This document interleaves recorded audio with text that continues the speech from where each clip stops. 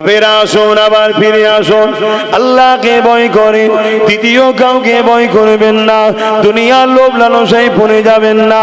আল্লাহ পাক রিজিকের মালিক, সংসারে যদি অভাব হয় আল্লাহ পাকের কাছে চান।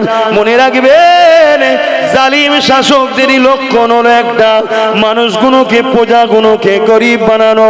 কেন গরিব বানালে গোলাম বানানো সহজ হবে। এ যুবকেরা, তরুণীরা, বাপেরা, এ আমাদেরকে কর্ম না দিয়ে ভাতা দেবে, ভিক্ষা দেবে, এটা আজকে নতুন নয়, যুগে যুগে ছিল। এই মনে রাখবেন, ইসলামের একটা আইন হলো নামাজ পড়া, যেটা ফরজে আইন। আমি বললে আপনি মাপ তা নয়, সবাইকে পড়তে হবে। ঠিক সমান ইসলামের আইন হলো মা বোনেদেরকে পর্দা করা। এই প্রতিটা মা বোনকে পর্দা করার জন্য বলে যাচ্ছি, আপনাদের ঘরও বলতে হবে। বিশেষ করে বাপ জানেদের বলে যায়, আপনি নামাজ পড়ে, রোজা রেখেছে, আপনি হজ করেছেন, যাকাত দিয়েছে, কিয়ামতের দিন আল্লাহ আপনাকে উঠাবে। নামাজের বেলায় রাইট চিহ্ন, রোজার বেলায় রাইট চিহ্ন, হজের বেলায় কামিয়াবি, সব জায়গাতে আপনি নিখুঁত ভাবে বেরিয়ে গেলেন। এবারে কি জান্নাত চলে যাবে?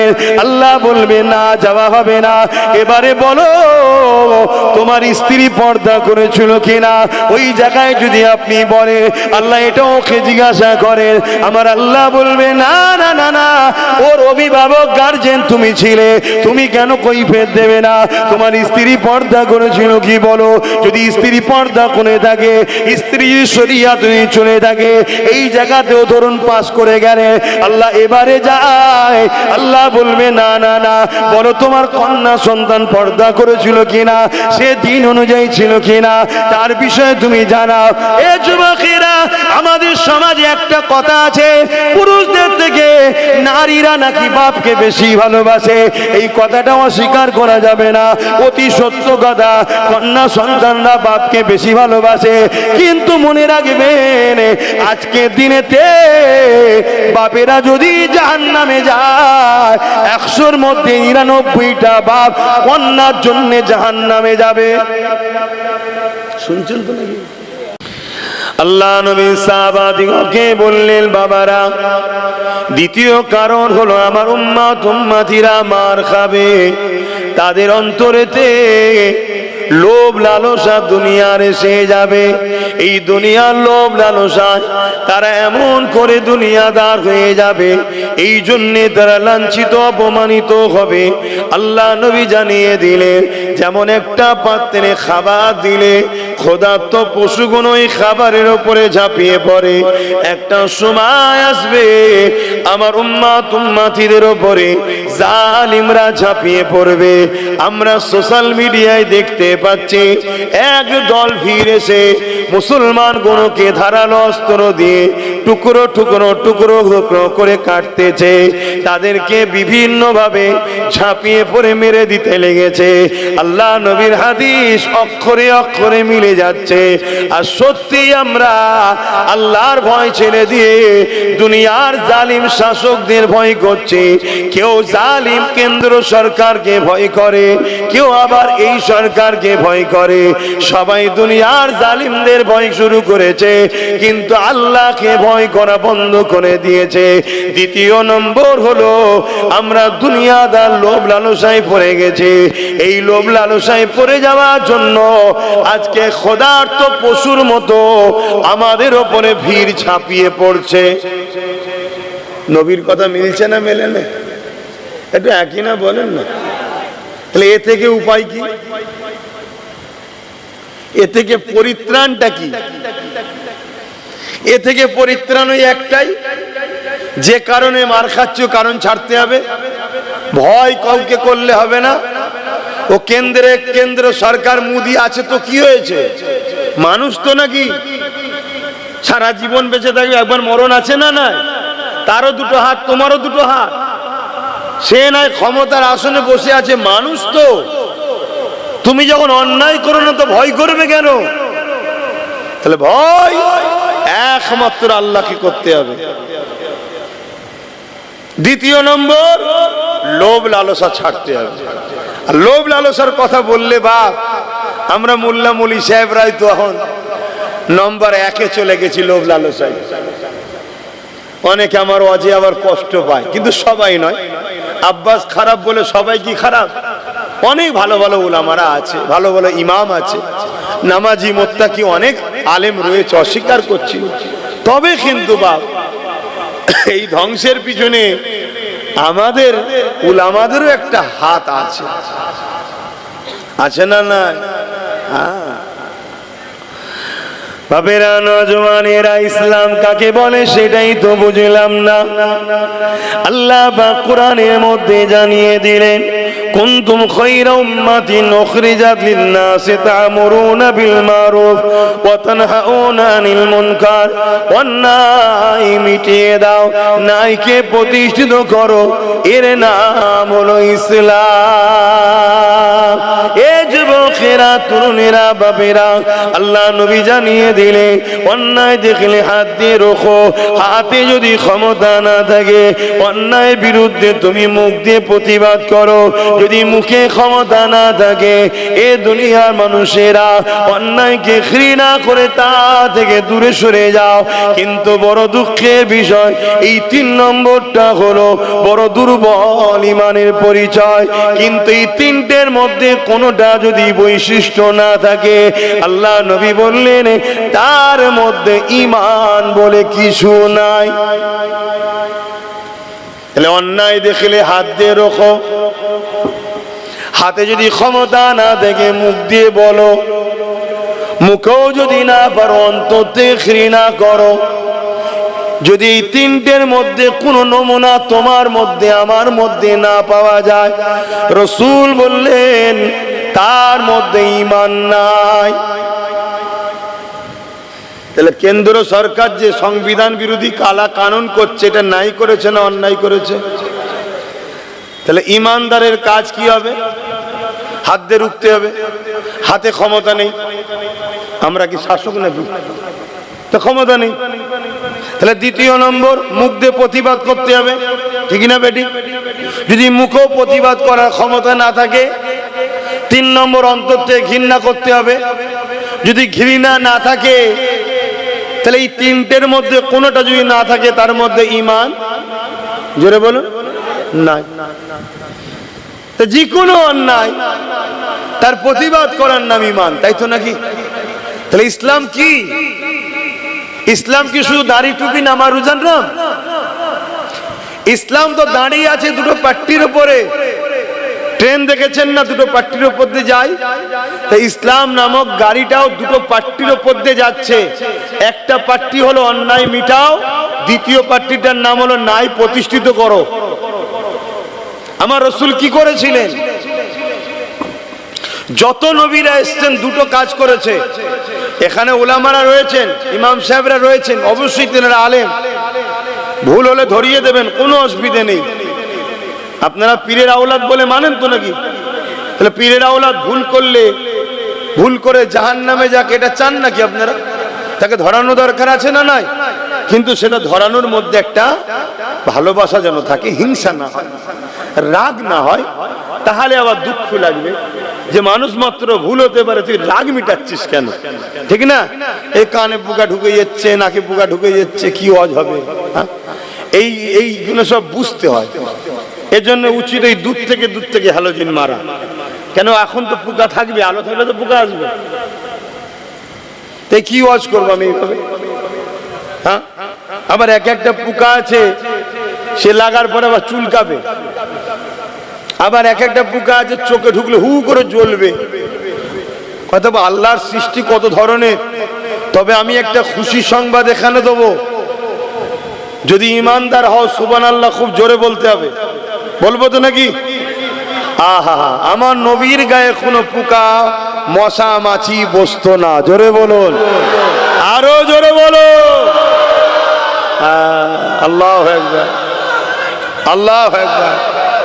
এটা হলো ইমানের নমুনা, যে আমার হুজুরের শানের কথা শুনলে আমরা খুশি হই।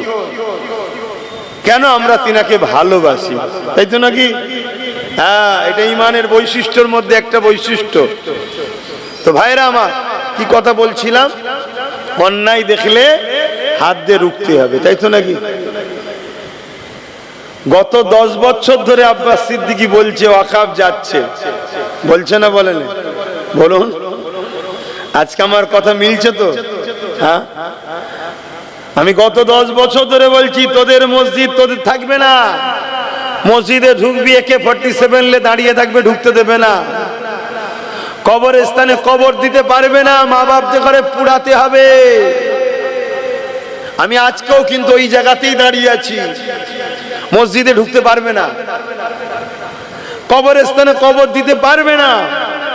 যদি যেভাবে জীবনযাপন করছে এইভাবে জীবনযাপন করো, আর যদি মনে হয় যে না পরিবর্তন হব, তাহলে তোমার মসজিদে যারা চোখ তুলছে তাদেরকে আল্লাহ অন্ধ করে দেবে, কোনো চিন্তা করো না। আর অবশ্যই তোমার মা বোন ইজ্জতের সাথে আল্লাহর হাওয়ালায় কবরস্থ করেই আমরা দেব। কথা শুনছো? কিন্তু পরিবর্তন হতে হবে। সেই পরিবর্তনের প্রথম রাস্তা হলো একটাই, দুনিয়ায় আমাদের দ্বিতীয় কেউ নেতা নয়, একটাই নেতা, মুহাম্মদুর রাসূলুল্লাহ। জোরে বলুন সুবহানাল্লাহ। উঠা বসা, চাল চলন, কথাবার্তা, লাইফ স্টাইলে, জীবনের প্রত্যেকটা মুহূর্তে, প্রত্যেকটা সেকেন্ডে মুহাম্মদ রাসূল ছাড়া দ্বিতীয় কাউকে ফলো করা যাবে না। দ্বিতীয় কারো জয়গান নয়, দ্বিতীয় কারো প্রশংসা নয়, সবকিছু মুহাম্মদ রাসূলের জন্য করতে হবে। এই ফলোটা মুহাম্মদ রাসূলকে আল্লাহ করতে বলেছে। জোরে বলুন সুবহানাল্লাহ। কেন আল্লাহ কোরআনের মধ্যে বলছেন লাকাদ কানা লাকুম ফি রাসূলিল্লাহি উসওয়াতুন হাসানা, সবথেকে উত্তম মডেল করে আমি মানুষ জাতির জন্য মুহাম্মদ রাসূলকে পাঠিয়েছি। জোরে বলুন সুবহানাল্লাহ। তাহলে মুহাম্মদ রাসূল মানুষ জাতির জন্যই মডেল। সে মুসলমান হোক, হিন্দু হোক, খ্রিস্টান হোক, আদিবাসী হোক, শিখ হোক, পাঞ্জাবি হোক, সবার তিনি রাসূল, সবার তিনি মুহাম্মদ সাল্লাল্লাহু আলাইহি ওয়াসাল্লাম প্রফেট, সবার তিনি মেসেজ দাতা, সবার জন্য তিনি এসেছে। কিন্তু তিনাকে যারা দিল ও মুখ থেকে প্রকৃত মানে তাদেরকে বলা হয় মুমিন মুসলমান। জোরে বলুন সুবহানাল্লাহ। আর যারা মুখে মানে দিলে মানে না তাদেরকে বলা হয় মুনাফিক মুসলমান। আর যারা মুখও মানে না মনও মানে না তাদেরকে বলা হয় গায়ের মুসলমান। বুঝে আসলো? তাহলে মানুষের কোয়ালিটি কথা তিনটে। আমরা কোন কোয়ালিটির মধ্যে পড়ছি ভাবতে হবে। ওয়াজ করা হয়ে যেতে পারে বাপ, ঝগড়া টগড়া করিস নি বাপ, ভালো না লাগলে দাওয়াত করবি না, কথা বুঝে আসছে? কিন্তু যেটাই বলবো ইসলামের কথা বলবো, বাইরে বলছি না। তাহলে নাম্বার 1 রাসূল সবার জন্য মডেল। এই জায়গায় একমত তো নাকি? কথা বল। কেন সৃষ্টিকর্তা আমার আলাদা আপনার আলাদা নাকি? প্রত্যেকটা কুল কায়নাতের সৃষ্টিকর্তা একজন। লিল্লাহি মা ফিস সামাওয়াতি ওয়া মা ফিল আরদ, জমিন আসমান এবং এর মধ্যে যা কিছু আছে এই সব কিছু সৃষ্টি মালিক একজনকে।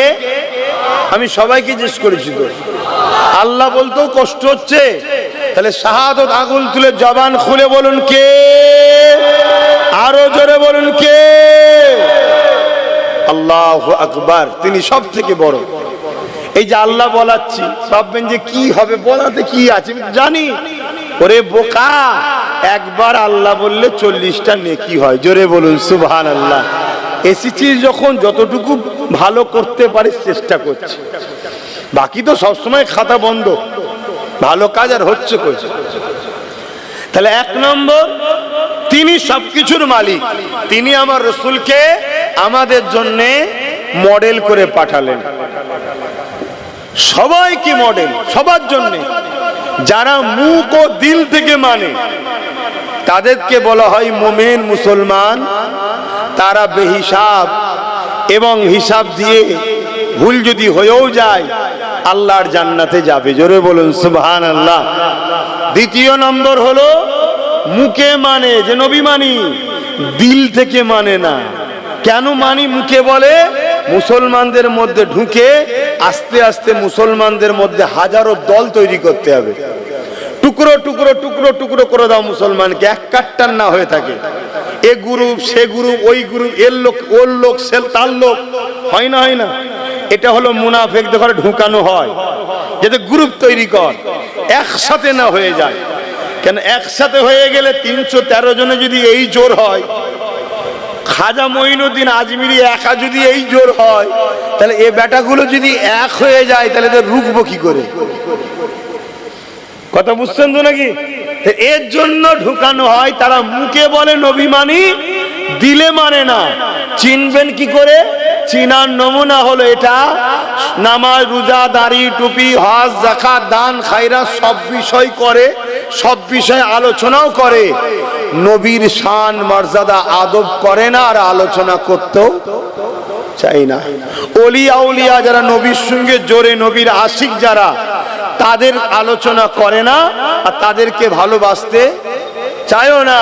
এটা হলো মুনাফিক মুসলমানদের একটা বড় নমুনা বলে যাচ্ছে। কথা মাথায় থাকবে। আল্লাহ নবী বলেছেন মুনাফিকের আরেকটা নমুনা হলো যারা, আমার নবী বলছেন আমার খানদানের সমালোচনা করে, তারা হলো মুনাফিক।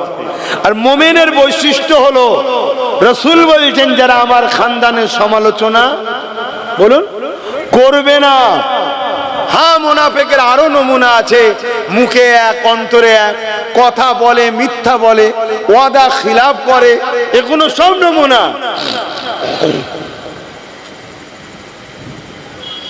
তো সেই জায়গাতে আমার সমস্যা হচ্ছে, পোকা ঢুকে পড়ছে, আর বদমাইশ গুলো ঢুকার জায়গাও খুঁজে পাই না। কানে ঢুকছে, নাকে ঢুকছে, মুখে ঢুকছে, কি বদমাইশ হয়ে গেছে। হ্যাঁ, পাখার জন্য ছিটকে চলে এসছে না, কি বলেন? এ বাবু শোনো শোনো, সময় কম, এক এসেছি একটু বলতে, আমি বলার জন্যই এসি। শোনো শোনো, তাহলে দ্বিতীয় নম্বর মুনাফিক মুসলমান। 3 নম্বর হলো যারা মুখেও মানে না, দিল থেকেও মানে না, তাদেরকে বলা হয় কি গায়ের মুসলমান। কথা বুঝে আসছে? কিন্তু রসুল মডেল সবার। তা আমরা মুমিন মুসলমান যদি হতে চাই, তাহলে মুখ থেকেও মানতে হবে, দিল থেকেও মানতে হবে। মানেন তো নাকি? জোরে বলুন আলহামদুলিল্লাহ। তাহলে আমাদের ঘরে সর্বক্ষেত্রে আমার রাসূলুল্লাহকে মডেল হিসাবে মানতে হবে। এ যুবকেরা, তরুণেরা, প্রেমিকেরা, অর্জন করে ধর্মনীতি আমার রাসূলুল্লাহকে ফলো করে করতে হবে। নবী কিভাবে নামাজ পড়েছে আমাদের পড়তে হবে, নবী কিভাবে রোজা রেখেছে আমাদের রাখতে হবে, নবী কিভাবে হজ করেছে আমাদের ওইভাবে করতে হবে, নবী যেভাবে দান খায়রাত করেছে ওইভাবে করতে হবে, নবী যেভাবে যাকাত দিতে বলেছে ওইভাবে দিতে হবে। এক কথায় ধর্মনীতিতে আমার রাসূলুল্লাহকে ফলো করতে হবে। কিন্তু আমি জানতে চাই, মুমিন মুসলমান তো সে হবে যে নবীকে সর্বক্ষেত্রে স্মরণ করবে। তাহলে ধর্মনীতিতে নবীকে নেব, সমাজনীতিতে নবীকে নেব না, নেব না? কথা বলে। কিন্তু আমরা কোথায় নিয়েছি? এবারে তো আসামি ধরা পড়বে। আমরা মসজিদে নবীকে রেখেছি, মাদ্রাসায় নবীকে রেখেছি, জলসা মাহফিলে নবীকে রেখেছি, আমাদের সমাজ নীতিতে নবীকে রাখিনি, আমাদের প্রতিবেশ নীতিতে নবীকে রাখিনি। কিন্তু আমার রাসূলুল্লাহকে সর্বক্ষেত্রে রাখতে হবে। সমাজ নীতিতে নবীকে রাখতে হবে, প্রতিবেশী নীতিতে নবীকে রাখতে হবে, সংসার নীতিতে নবীকে রাখতে হবে, অর্থনীতিতে নবীকে রাখতে হবে। এ যুবকেরা, আপনারা বুঝতে পারছেন তো নাকি? সব ক্ষেত্রে মডেল হলো রাসূল। রাসূল ছাড়া অন্য কাউকে মডেল বানানো বা ফলো করা হলো হারাম। শুনছেন? এবারে আলেম উলামাদেরকে আমরা মানি না, মানি না? কেন মানি? আলেমরা নবীর কথা বলে তাই মানি, সম্মান করি, পিয়ার করি। কিন্তু মডেল আলেম নয়, মডেল হলো রাসূল। রাসূলের কথা আলেম দেয়, নবীর কথা পীর পীরজাদা দেয়, নবীর কথা মুফতি দেয়, সম্মান করি। তাহলে যে পীর, যে পীরজাদা, যে আলেম, যে মুফতি, যে ইমাম নবী দেবে না, তাকে মানা যাবে? কথা কিছু মাথায় ঢুকছে? তাহলে ধর্মনীতিতে আমরা ফলো করব কাকে? রসুলকে। নামাজ কিভাবে পড়বো? রসুল যেভাবে পড়েছে। রোজা কিভাবে রাখবো? রসুল যেভাবে করেছে। হজ কিভাবে করব? রসুল যেভাবে করেছে। তাই তো নাকি? ধর্ম নীতিতে রসুল, অন্য কারো কথা চলবে? সমাজ নীতি থেকে বলুন, কিভাবে পাড়া প্রতিবেশীর সঙ্গে মিলবো, অমুসলিমের সঙ্গে কিভাবে উঠা বসা করবো, প্রতিবেশী আমার, কাকে ফলো করব? জোরে বলুন। ফলো করি আমরা। তাহলে বিপদের কারণ কায়? আমরা নয়। সংসার নীতিতে স্বামী স্ত্রী কিভাবে চলতে হবে, সন্তান কিভাবে লালন পালন করতে হবে, সংসার কিভাবে করতে হবে, এখানে ফলো কাকে করতে হবে? রসুলকে, অর্থাৎ নবী কিভাবে সংসার করেছে, কিভাবে জীবন যাপন করেছে, সন্তান কিভাবে লালন পালন করেছে, ওইভাবে আমাদেরকে ফলো করতে হবে। কিন্তু আমরা সংসার জীবনে রসুলকে রেখেছি, এজন্য বেটা বাপকে সম্মান করে না। কি গো, কথা ভুল হচ্ছে? তাহলে ধ্বংসের কারণ তো আমরা নিজেরাই। চলে আসুন আরেকটু এগিয়ে যাই। রাষ্ট্রনীতি, রাষ্ট্রনীতি, রাজনীতি, এখানেও মডেল হিসাবে মানতে হবে কাকে? জোরে বলুন। আমরা মানি, আমরা মানি কাকে? রসুলের দুশমন, তাকে মানি। চোর, বদমাই, মৃত্যু, চরিত্রহীন, ডাকাত, খুনি, তারা আমাদের সব নেতা। তাহলে আমাদের উপরে গজব আসবে না? আসবে না? তাহলে ভুল আমরা করেছি না করিনি? তাহলে আজকে তওবা করে পরিবর্তন হওয়া দরকার আছে না নাই? আয় পরিবর্তন হবে। আমার উদ্দেশ্য একটাই, আল্লাহ নবীর সঙ্গে আপনাদের ঘরে জুড়ে দিবার চেষ্টা করছি আমি। যদি নবী পাকের সঙ্গে জুড়ে যেতে পারেন, আরে জুলুম তো হবে, আবু জেহেল তো থাকবে, উতবা তো থাকবে, সাইবা তো থাকবে, আবু লাহাব তো থাকবে। যদি উমাইয়া না থাকে, বেলাল যে আল্লাহ রসুলকে ভালোবাসে, কতটা ভালোবাসে, এই ওয়াজ যে তোমাকে আমরা শোনাই, এই ওয়াজ তাহলে কি করে শোনাবো? দুনিয়া কি করে জানবে প্রেমিক কাকে বলে? এ যুবকেরা, তরুণীরা, বাপেরা, এই জালিম আল্লাহ পাক পাঠায় মুমিন মুমিনাদের ইমানের পরীক্ষার জন্য। ওই জালিম আল্লাহ পাঠায় মুনাফিক দিগকে শাস্তি দিবার জন্য। এ যুবকেরা, তরুণীরা, বাপেরা, আবু জেহেল, উতবা, সাইবারা, উমাইয়া থেকে শুরু করে হযরতে বেলাল হুজুরের উপরে কত জুলুম অত্যাচার করেছিল।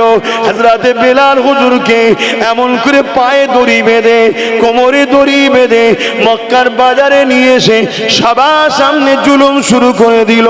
এলাকায় মানুষ ভিড় করে ফেললো। সবাই জিজ্ঞাসা করতে লেগেছে, কেন বেলালকে মারতে লেগেছো? বেলাল কি খুন করেছে? না, খুন করেনি। বেলাল কি চুরি করেছে? না, চুরি করেনি।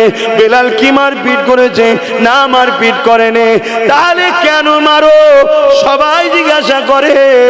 উমাইয়া বলতে লেগেছে, এই বেলালকে আমি খরিদ করেছি, আর এই বেলাল নিজের জীবনটা আমাদের কথায় আর চালাইনি, মুহাম্মদ রাসূলুল্লাহর কথাই চালাতে লেগেছে। এই মুহাম্মদ রাসূলের দিকে চলে গেছে, এই জন্য মারতে লেগেছি। ওই সময় সবাই মিলে মারতে লেগেছে। কিন্তু হযরতে বেলাল এত মার খাবার পরও জবান দিয়ে একটাই কথা বলেছে, এ আমার উমাইয়া, শুনে রেখে দাও, তোমরা আমাকে যত মারো না কেন, এমনকি যদি মারতে মারতে মেরে ফেলো, আমি আল্লাহ ও নবী ছাড়া অন্য কাউকে মানব না। আর আজকে আমাদের ঈমান কোথায় বলো? আমাদের ঈমান কোথায়? 1000টা টাকার জন্য নিজের পর্দার মেয়েকে বাইরে বার করে দিচ্ছি, লাইন দিতে যা, ভাড়া লিয়ায়, এবার ভাতা লিয়ায়, নাউজুবিল্লাহ, ভাতা লিয়ায়। পাঠাচ্ছে না? পাঠায়নি। মুসলমানের ঘরে, বেটিদের ঘরে বাইরে বার করেছি না করিনি? আরে ইসলামের দুশমন তো চাইবে মুসলমানের পর্দাকে তুলে দাও। পর্দা যদি মুসলিম বেটিরা করে, আল্লাহর সাহায্য মুসলিম বেটিরা পাবে। এদেরকে কেউ চরিত্র হরণ করে নষ্ট করতে পারবে না। শুনছেন তো নাকি? হযরতে ইসমাইল আলাইহিস সালামের আম্মাজান, হযরত আম্মাজান হাজেরা ছোট্টবেলা থেকে নিজেকে গোপন করেছিলেন। বাপ ছাড়া তখনও বেগানা পুরুষ তাকে দেখেনি। যখন জালিম বাদশা তিনাকে পার্সোনাল কামরায় নিয়ে গিয়ে জোর করে তিনার ইজ্জত লুণ্ঠন করতে গিয়েছিল, শুনেছেন তো, জালিমকে আল্লাহ জমিনের মধ্যে মার্বেলের ঘরেতে পাকা সানেতে পুঁতে দিয়েছিল, তিনবার হয়েছে।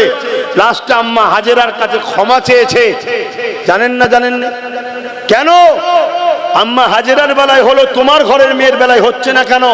আমার আল্লাহ কি তাহলে আম্মা হাজেরাকে ভালোবাসে, তোমার ঘরের বেটিকে ভালোবাসে না? না, আমার আল্লাহ তখন শক্তিশালী ছিল, এখন দুর্বল হয়ে গেছে। নাউজুবিল্লাহ মিন জালিক। আল্লাহ ক্ষমা চাইছি, বুঝাবার জন্য বললাম। লা হাওলা ওয়ালা কুওয়াতা ইল্লা বিল্লাহ, আল্লাহু সাইয়্যুন কাদির। তিনি কখনো দুর্বল হননি, দুর্বল তিনাকে স্পষ্ট করতে কখনোই পারেন না। জোরে বলুন সুবহানাল্লাহ। কিন্তু আজ আমাদের মা বেটিদের ঘরে বড় প্ল্যানে মেলা দেওয়া হচ্ছে, মুসলিম এলাকায় যাত্রা দেওয়া হচ্ছে, মুসলিম এলাকায় মেলা দেওয়া হচ্ছে, পার্টি থেকে করা হচ্ছে। কেন? যাতে করে মুসলিম মেয়েরা বোরখা পরে হলেও যেন আসে, বোরখা পরে হলেও যেন আসে। এক তো বেপর্দা হয়ে গেলে বেপর্দার শাস্তি পেতিস এবং পাপ জায়গায় যাওয়ার শাস্তি পেতিস, কিন্তু বোরখাকে খারাপ জায়গায় নিয়ে যাওয়ার জন্য, ইসলামকে হারাম জায়গায় জড়ানোর জন্য ওই নারীর ঈমানটাই চলে যাচ্ছে। তাহলে কিভাবে আমাদেরকে বেঈমান বানাচ্ছে বুঝতে পারছেন? কারা বানাচ্ছে? আলেম উলামারা। এক কথা বলছেন না তো? সমাজে যাদেরকে আমরা তোষামতি করে মাথায় তুলি, তারাই তো আমাদেরকে বেঈমান বানাচ্ছে। আমাদের চাকরি দেয় না তারা, আমাদের রুজি রুটি তারা দেয় না, আমাদের খোঁজ খবর রাখে না, আমরা কিছু বিপদে পড়লে সাথ দেয় না। আমাদের ওয়াকফ বিলের জন্য, মসজিদ মাদ্রাসাকে দখল করার জন্য ও যেমন চুরি করার চেষ্টা করছে, ইনি আবার বলছে দিল্লি চলে যাও, এখানে আন্দোলন নয়। এক্ষেত্রে কোনো বেটা আমাদের সাথ দেয় না। দেবে কি? স্কুল বন্ধ কর, মদের দোকান দে। কেন মদের দোকান দেবে? যাতে করে মুসলিম ঘরের যুবক ছেলেটা 10 বার দূরে থাকলেও 11 বারের মাথায় যেন একবার মদটা খেয়ে নেয়। আর মদটা যখনই খাবে ওর শরীরে হারাম ঢুকে গেল, ওই শরীরের রক্তটা হারাম হবে। হারাম রক্ত যে শরীরে থাকে, ওই শরীর কখনো তোমার ভালো আল্লাহর পাক জান্নাতে এবং দুনিয়ায় আল্লাহর সাহায্য, তার দ্বারা পাপ করা, খুন করা, জুলুম করা সহজ না, সহজ না।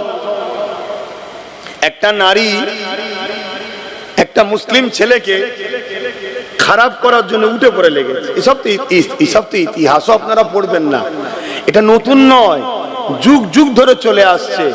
মুসলিমদের ঘরে পাপ রাস্তায় নামাও। কেন? পাপ রাস্তায় না নামলে এরা আল্লাহর সাহায্য পাবে, আর আল্লাহর সাহায্য যদি পায়, বদরে 313 জন যেমন জিতেছে, এরাও জিতবে। জোরে বলুন সুবহানাল্লাহ। আল্লাহর সাহায্য পেয়েছিল হযরতে সালাউদ্দিন আইবি, মোহাম্মদ বিন কাসেম, তারা আল্লাহর সাহায্যে অল্প সংখ্যা নিয়ে বারবার বিজয় লাভ করেছে। জোরে বলুন সুবহানাল্লাহ। আল্লাহর সাহায্য পেয়েছিল হযরতে খালিদ বিন ওলীদ, মাত্র 3000 সৈন্য নিয়ে 2 লক্ষ রোমের বিরুদ্ধে লড়াই করে আল্লাহ তাকে সেখান থেকে বিজয়ের সাথে, সম্মানের সাথে ঘরে ফিরিয়েছে। জোরে বলুন সুবহানাল্লাহ। ভাবতে পাচ্ছেন 3000 অপর দিকে 2 লাখ? এটা গল্প নয়, এটা বাস্তব। আমরা তো সব সময় ম্যান দেখি, আমরা নিজেরাই বলি আমরা কি করব, আমরা গুটি কত লোক, আমাদের কি হবে, আমাদের হাতে পুলিশ নেই, আমাদের হাতে এই নেই, আমাদের হাতে অস্ত্র নেই, আমাদের হাতে পয়সা নেই, বলি না? বলি না? এইসব ইমানের দুর্বলের লক্ষণে গুণ। ইমানদার কখনো পয়সা দেখে না, ইমানদার কখনো পুলিশ প্রশাসন দেখে না। ইমানদার দেখে আমি নায়ের ওপরে আছি, আল্লাহ আমার সাথে আছে, চলো, আর কোনো কথা না, ব্যাস এটা দেখে। শুনছেন? পয়সা থাকলেই যদি কামিয়াবি হতো, বড় বড় সেলিব্রিটি যাদেরকে দুনিয়ায় বলে, খেলোয়াড় জগতে যাও, সিনেমা জগতে যাও, যে কোনো জগতে যাও, যাদের দুনিয়া বড় বড় সেলিব্রিটি বলে, তাদের একটা ছেলে দেখাতে পারবে তাদের মতো উপযুক্ত হতে পেরেছে? তাহলে পয়সা সমাধান নয়, সমাধান হলো তোমার আল্লাহর উপরে অগাধ ভরসা রাখতে হবে, ঈমান রাখতে হবে। অন্য কোন ধর্মের জাতি সে কিসের উপরে ভরসা করছো, তোমাকে আমাকে ডিপেন্ড করলে হবে না। তো ভাইয়েরা আমার, সর্বক্ষেত্রে রাসূলকে মডেল বানাতে হবে, তবেই কামিয়াবি, তবেই কামিয়াবি। হযরতে বেলাল হুজুরের উপরে কি অত্যাচার হয়েছে, কিন্তু তিনাকে আল্লাহ রাসূলের থেকে সরাতে পারেনি। আজ আমরা মুসলমান, সামান্য পয়সাতে আমরা বিক্রি হয়ে যাচ্ছি। মাফ করবেন, ব্যক্তিগত কাউকে আঘাত দিচ্ছি না। আমাদের সমাজের আলেম ওলামা, মুফতি, ইমাম থেকে শুরু করে আজকে আমরা জালিম হুকুমতের কাছে বিক্রি হয়ে গেছি। এত বড় একটা গণতন্ত্র বিরোধী, সংবিধান বিরোধী কথা বললো যে বাংলায় আন্দোলন নয়, দিল্লি চলে যাও। কোন আলেম ওলামা, ইমাম তার বিরুদ্ধে ওই জায়গায় দাঁড়িয়ে কথা বলতে পারলো না। পেরেছে? কেন পারেনি? কোথায় দুর্বল হচ্ছি বুঝতে পারছেন? এই জন্যই তো আমরা শেষ। আর এগুলো বলতে ইচ্ছা করে শুধুমাত্র টেস্ট করার জন্যে, আমার গোলাম কত হয়েছে, আমার গোলাম কতটা হয়েছে। এদেরকে যে আগে গণহত্যা করব, তো গণহত্যার আগে একবার টেস্ট করতে হবে তো নাকি? হ্যাঁ, আমি বলে যাচ্ছি আপনাদেরকে, গণহত্যার প্ল্যান হচ্ছে, ওপেন বলে যাচ্ছি। আপনারা ঘুমান ঘুমান, কিন্তু আপনারা তো মরবেন মরবেন। আপনাদের ঘরে এই বাচ্চা কোনো জন্ম হওয়াটা আপনাদের কারণে এরাও মরবে। যেমন গত পরশুদিন দেখছিলাম 4 বছরে একটা বাচ্চা মেয়েকে 40 বছরের লোক রেপ করেছে। তার প্রচার প্রসার কোন মিডিয়াতে দেখতে পাচ্ছেন? কেন দেখতে পান না? 4 বছরের বাচ্চাটা হলো মুসলিম, আর যে রেপ করেছে সে অমুসলিম, তাই প্রচার হয়নি। অর্থাৎ তাদের ধারণা এটা ঠিক করেছে, অসুবিধে কিছু নেই, মুসলিম মেয়ে তো। তার মানে কি ইসলামকে কতটা ঘৃণা করে দেখুন, এরা কতটা জাহিলিয়াতের দিকে চলে গেছে যে একটা 4 বছরের বাচ্চা মেয়ের মধ্যে ও ধর্ম দেখছে। যেমন 7 বছরের কাশ্মীরের আসিফা 13 দিন ধরে মন্দিরের মধ্যে রেপ হলো। যারা রেপ করলো পরবর্তীতে বিজেপির লোকেরা, কেন্দ্রের লোক যারা, তারা কি হচ্ছে, তাকে ফুলের মালা দিয়ে সংবর্ধনা দিচ্ছে। তার মানে কি তুই 7 বছরের মেয়েকে রেপ করেছিস, ঠিক করেছিস, কেন মুসলমান?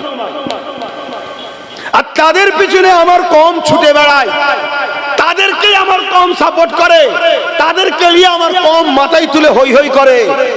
তাহলে এ জাতি ধ্বংস হবে না তো হবে কারা বাপ? এদের মসজিদ ভাঙবে না তো কাদের ভাঙবে বাপ? আমার অজে কি অসুবিধা হচ্ছে? যদি অসুবিধে না হয় তাহলে এইভাবে আর থেকো না, এরকম হও, এক মুঠো হও। আর এক মুঠো হবে, নেতৃত্ব তার মানবে যে তোমাকে রসুলের সঙ্গে জুড়তে চাইবে। যে রসুলের সঙ্গে জুড়তে চাই না তার নেতৃত্ব তুমি মেনো না। এবং এটাও শুনে রেখে দাও, রসুল পাক সাল্লাল্লাহু আলাইহি ওয়াসাল্লাম বলেছেন তোমরা কুরাইশের নেতৃত্ব মানবে। কার? কুরাইশের। এটাও শুনে রাখো। দাড়িওয়ালা টুপিওয়ালার অভাব নেই বাপ, মুফতি মৌলানার অভাব নেই, বক্তার অভাব নেই, কিন্তু মনে রাখবেন এজিদের দিকে 13,000 মুফতি মৌলানা আলেম ছিল। মাথায় ঢুকছে? এজিদের দিকে ছিল, আর ইমাম পাক মাত্র 72 জন ছিল। বেশি হওয়া মানেই যে হক হবে এমনটা নয়, হকের মাপকাঠি বেশি নয়, হকের মাপকাঠি দাড়ি টুপি, জুব্বা টুপি, দাড়ি হয় এগুলো নয়, এগুলো পরের সিমটম। প্রথম সিমটম হলো কি, ওর দিলে হুজুরের মহব্বত আদব আছে কি দেখ। শুনছেন তো? যদি হুজুরের মহব্বত আদব থাকে তার পিছনে শক্ত হয়ে দাঁড়াও। কেউ যদি তোমাকে সাহায্য না করে, সাহায্য করবে জিনার সাহায্য ছাড়া আমরা জিততে পারি না, কখনো কামিয়াবি হতে পারি না। আমরা তো নিজেরাই বলি আল্লাহর রহমত ছাড়া কামিয়াবি নাই, বলি না? বলি না? তা আল্লাহর রহমতটা কি? সূরা আম্বিয়ার মধ্যে আল্লাহ বলছেন ওয়ামা আরসালনাকা ইল্লা রাহমাতাল লিল আলামিন, আমার রহমত মুহাম্মদ সাল্লাল্লাহু আলাইহি ওয়াসাল্লাম। জোরে বলুন সুবহানাল্লাহ। তামাম আলমের জন্য যিনাকে রহমত করে পাঠিয়েছে। তাহলে রসুল ছাড়া বিজয় আছে? তাই তো বিজয় নেই আমাদের, তাই তো মার খাচ্ছি। আমাদের যুব সমাজের দিলে নবী কই?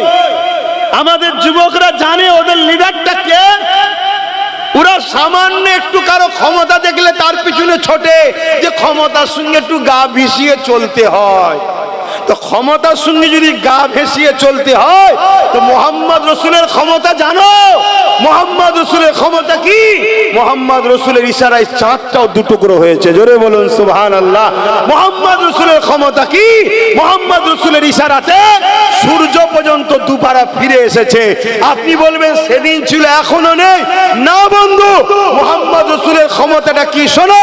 তার একটা জুতোর পায়ে, তিনার জুতোর পায়ে ধুলোরও উপযুক্ত আব্বাস সিদ্দিকী নয়, কিন্তু মোহাম্মদ রসুলের পক্ষে থাকার জন্য যখন ব্রিগেডে উঠছিল, যে ইতিহাস লোক দেখেছিল, আজ পর্যন্ত ইতিহাস ব্রিগেডের কখনো কেউ দেখেনি। এটা মোহাম্মদ রসুলের ক্ষমতা, জোরে বলুন সুবহানাল্লাহ, আরো জোরে বলুন সুবহানাল্লাহ।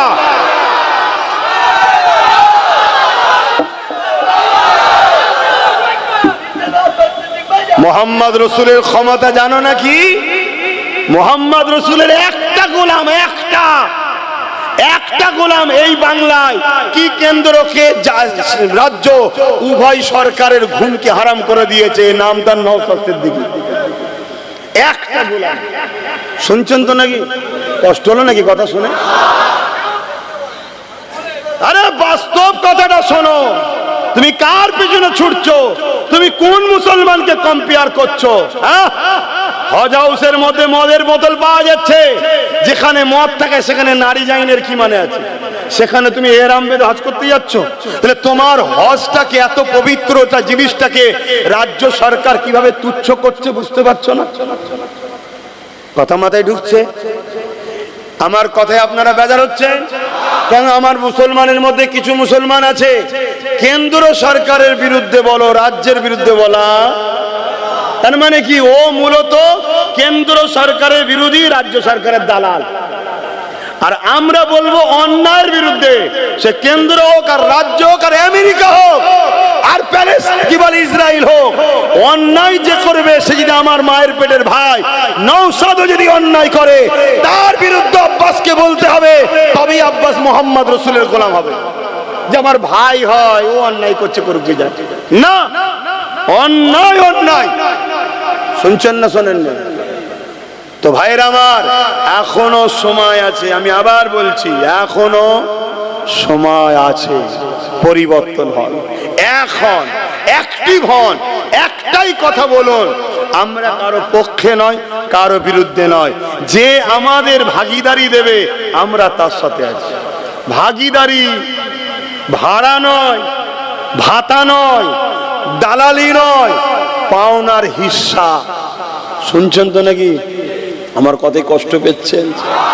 এই মসজিদকে যদি বাঁচাতে চান, এই মাদ্রাসাকে যদি বাঁচাতে চান, কবরস্থানকে যদি বাঁচাতে চান, আল্লাহ দ্বীনকে যদি মাথা তুলে পালন করতে চান, যারা বাধা হয়ে দাঁড়িয়েছে মসজিদের বিরুদ্ধে, মাদ্রাসার বিরুদ্ধে, কবরস্থানের বিরুদ্ধে, আল্লাহ দ্বীনের বিরুদ্ধে, এই যুবকেরা 10 দিন 12 দিন ধরে রাস্তা আটকে বিভিন্ন ধর্মের মানুষেরা ধর্মীয় কাজ করছে। হ্যাঁ, দেশ সবাই করবে, তার বেলায় কোনো আপত্তি নাই। 5 মিনিটের নামাজের জন্য রাস্তার উপরে দাঁড়ালে যারা ফাইন করবে বলছে, এই ক্ষমতা তারা কোথা থেকে পেল? জলসা করতে গেলে বলছে পারমিশন দেব না, জলসা করতে দেব না, দিনের আলোচনা করতে দেব না। এই প্রশাসন এই কথাটা বলছে, এই ক্ষমতাটা পেল কোথা থেকে? তোমাকে আমাকে ভাবতে হবে, এই পাওয়ারটার নাম হলো রাজ পাওয়ার। তাদের কাছে রাজ পাওয়ার আছে, এই ক্ষমতা দিয়ে আমার মসজিদের বিরুদ্ধে আইন করেছে, রাজ পাওয়ার আছে, কবরস্থানের বিরুদ্ধে আইন করেছে, রাজ পাওয়ার আছে, তাই তারা এমন করে মাদ্রাসাকে মিটাতে চাইছে। আজকে সুপ্রিম কোর্টে কেস চলছে, তাই তো নাকি? আবার এই কেস নিয়েও কত নাটক হচ্ছে জানেন? আমি হাসবো না কাঁদবো? কিছু লোক দেখি খালি খামাকায় সুপ্রিম কোর্টে ঘুরতে যাচ্ছে, যে ফটো তুলে ছেড়ে বলছে কেস করে দিয়েছে, মানে সমাজের কাছে আমি হুজুর হব, নেতা হব। শুনছেন তো নাকি? অথচ নেটে সার্চ করো, ওয়েবসাইট আছে তো, সুপ্রিম কোর্ট ওয়েবসাইট আছে, ওয়েবসাইটে সার্চ করো, তাদের নাম নেই। তাহলে এটা 2 নম্বরই তো। এইভাবে যদি আমার কওমের মাথায় বসে মোল্লা মৌলী সাহেবদের একটা অংশ 2 নম্বরই করে, তাহলে এই জাতি ধ্বংস তো হবে ভাব। আর তাদের ঘরে যদি আমরা আপন মনে করেলি বিপদ আছে না? খুব ভালো তাহলে শোনে, তাহলে কেসটা চলছে সুপ্রিম কোর্টে, তাই তো নাকি? কিন্তু উত্তরপ্রদেশে অলরেডি মসজিদ, মাদ্রাসা, কবরস্থান বোলডুজার দিয়ে সব ভেঙে শেষ করে দেওয়া হচ্ছে। তা সুপ্রিম কোর্ট মানছে? মানছে? তাহলে কোন পাওয়ারে মানে না? জোরে বলুন, জোরে বলুন। ও ভালো বোঝো, আছে তোমাদের রাজ পাওয়ার? বলো তোমাদের রাজ পাওয়ার আছে? কারণ কেউ যদি বলে কেন নেই, কে বলেছে? আমাদের তো দিদি আছে। কে বলেছে মমতা তোমাদের? মমতা যদি তোমাদের হয় তাহলে যখন আমার রাসূলুল্লাহর বিরুদ্ধে কথা হলো এই বাংলায় আন্দোলন করার সময় কেন বলেছিল দিল্লি চলে যাও? বলেছিল না? বলেন।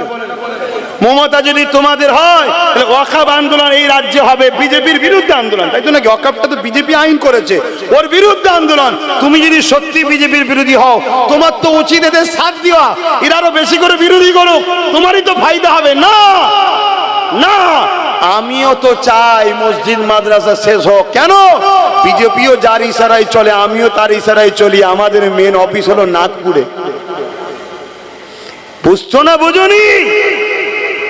এবারে যদি কোনো বন্ধুর আমার কথায় সমস্যা হয় আমি তাকে ঠান্ডা মাথায় বলবো একটু মন দিয়ে শোনো, শোনার পরে যদি মনে হয় লিবান নেবে নাই বাদ দেবে। আচ্ছা, বিজেপি ওয়াকফ কালা কানুনে কি কি আইন করেছে জানেন আপনারা? হ্যাঁ, সব বলার তো সময় নেই এখন, একটা শুধু বলছি।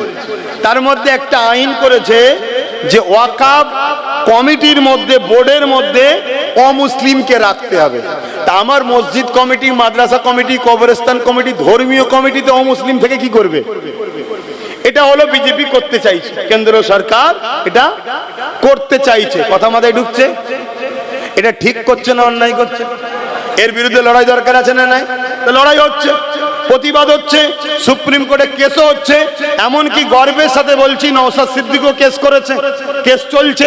আজকে আবার একটা শুনানি ছিল, কিন্তু তিনি জজ সাহেব রায় দিয়েছে 15 তারিখ আবার শুনানি হবে। কেন? 13 তারিখে জজ সাহেবের রিটার্ন আছে। আমি কিন্তু ভয় খাচ্ছিলাম, রিটার্ন যখন আছে ঘাবড়ে না যায়। কেন? আমরা দেখেছি বাবরির রায় যে দিয়েছিল তার রিটার্নই ছিল, রায়টা দিয়ে টুক করে বেরিয়ে গেল। তো যাক, এই জজ সাহেবকে ধন্যবাদ জানাই যে দেশের সংবিধানকে আপনি মান্যতা দিয়ে আপনি আরো শোনার জন্য সুযোগ দিয়েছেন। মানুষের আস্থার উপরে যেভাবে রায় দিয়েছিল বাবরি মসজিদের বিরুদ্ধে, ওই জজকে ধিক্কার জানায়, ধিক্কার জানায়। সংবিধানের বিরোধী কাজ করেছে ওই জজ সাহেব, কিন্তু এই জজ সাহেব তিনি যথেষ্ট সংবিধানকে মান্যতা দিয়ে আগামী দিন ঠেলে দিয়েছে, তাই তেনাকে ধন্যবাদ জানাই। মনে রাখবেন, জজ সাহেব একটা মানুষ, তিনিও যদি সংবিধান বিরোধী কাজ করে সেও কিন্তু আমাদের আপন নয়। কেন? দেশ আগে, সংবিধান আগে, জজ আগে নয়। মাথায় ঢুকছে না? ঢুকে নেই। আমাদের মধ্যে একটা প্রচলন আছে, কোর্ট যখন বলে দিয়েছে আর বলা যাবে না, এটা ভুল কথা। সংবিধান বিরোধী যদি রায় হয় মানা যাবে না। সংবিধানের পক্ষে হলে আব্বাসের ঘাড়কে মানতে হবে। শুনছেন না? তো সুপ্রিম কোর্ট রায় দিয়েছে 15 তারিখে আবার শুনানি হবে। শুনছেন তো? তো আমরা অপেক্ষায় থাকবো। আন্দোলন বন্ধ করে ঘুমাবো তো নাকি? ঘুমাবেন না কেন? অনেকে তো আন্দোলন বন্ধ করে দিয়েছে।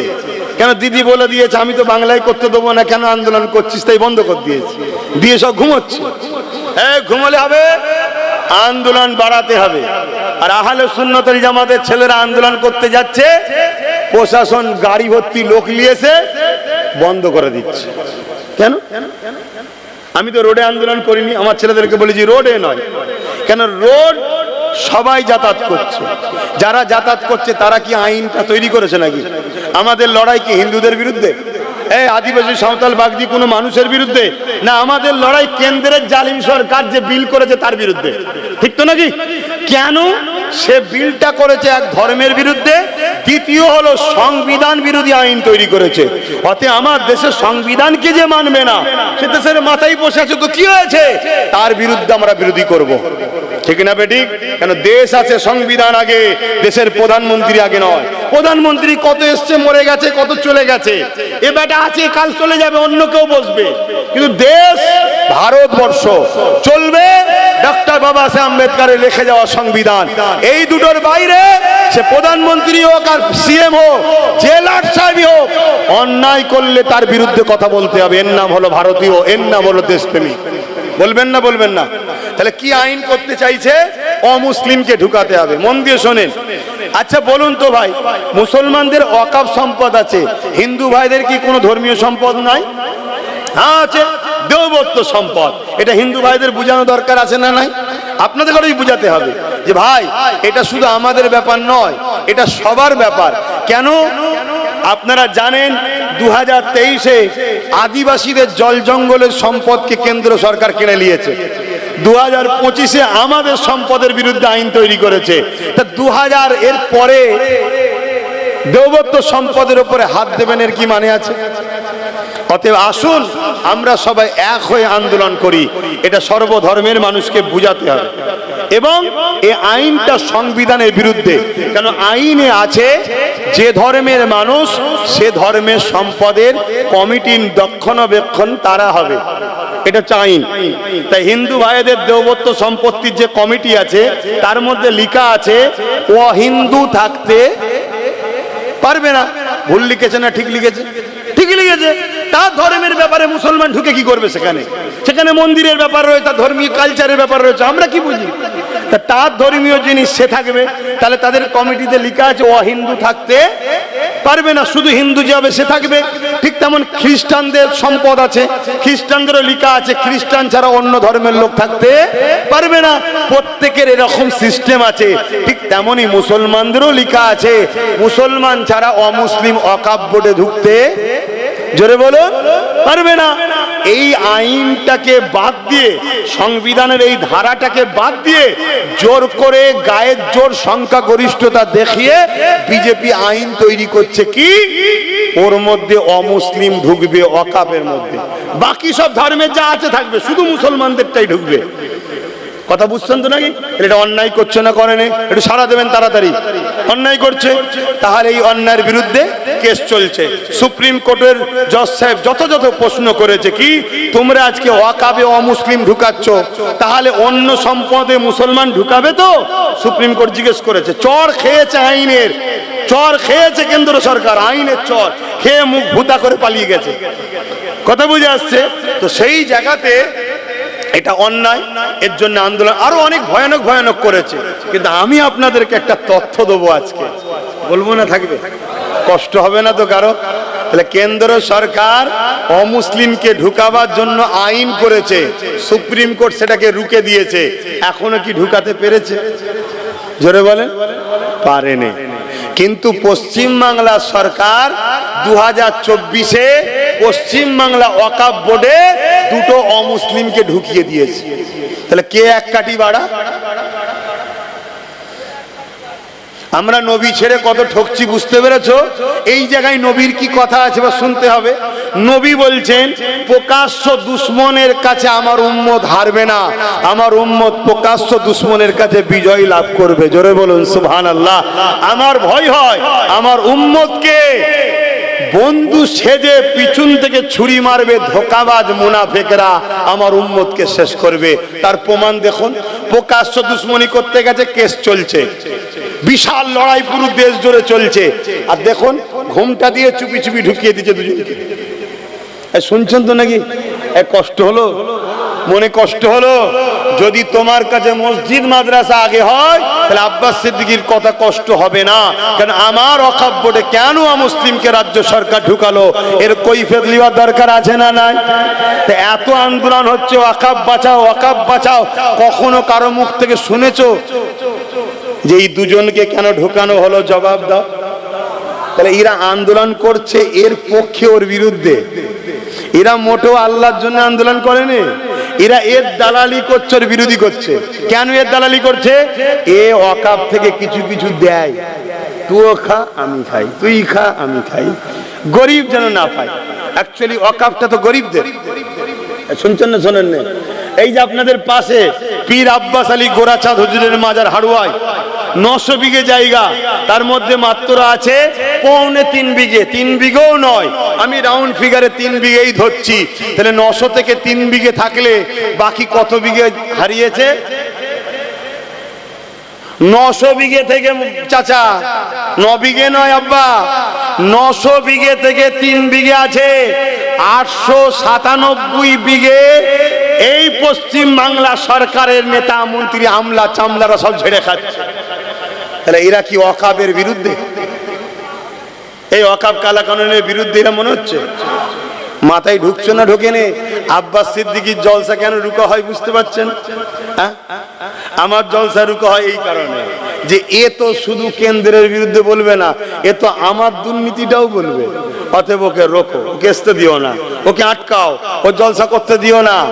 কিন্তু আমি জানি যদি একটা দরজা কেউ বন্ধ করে, আমি জিনার হয়ে কথা বলছি, তিনি 1000টা দরজা খুলতে পারে। জোরে বলুন সুবহানাল্লাহ। তিনি কে? জোরে বলুন কে? অনেক জালিম অনেক জায়গায় আমাকে জলসায় ঢুকতে দেয়নি, শুনছেন তো? এখন সেসব জালিম জেলের খাঁচার মধ্যে আছে, এখন সেখানে সব দাওয়াত করছে। আমি ঘুরে এসি, কেন শয়তান তখন জেলে আছে, এই সুযোগে ঘুরে এসি।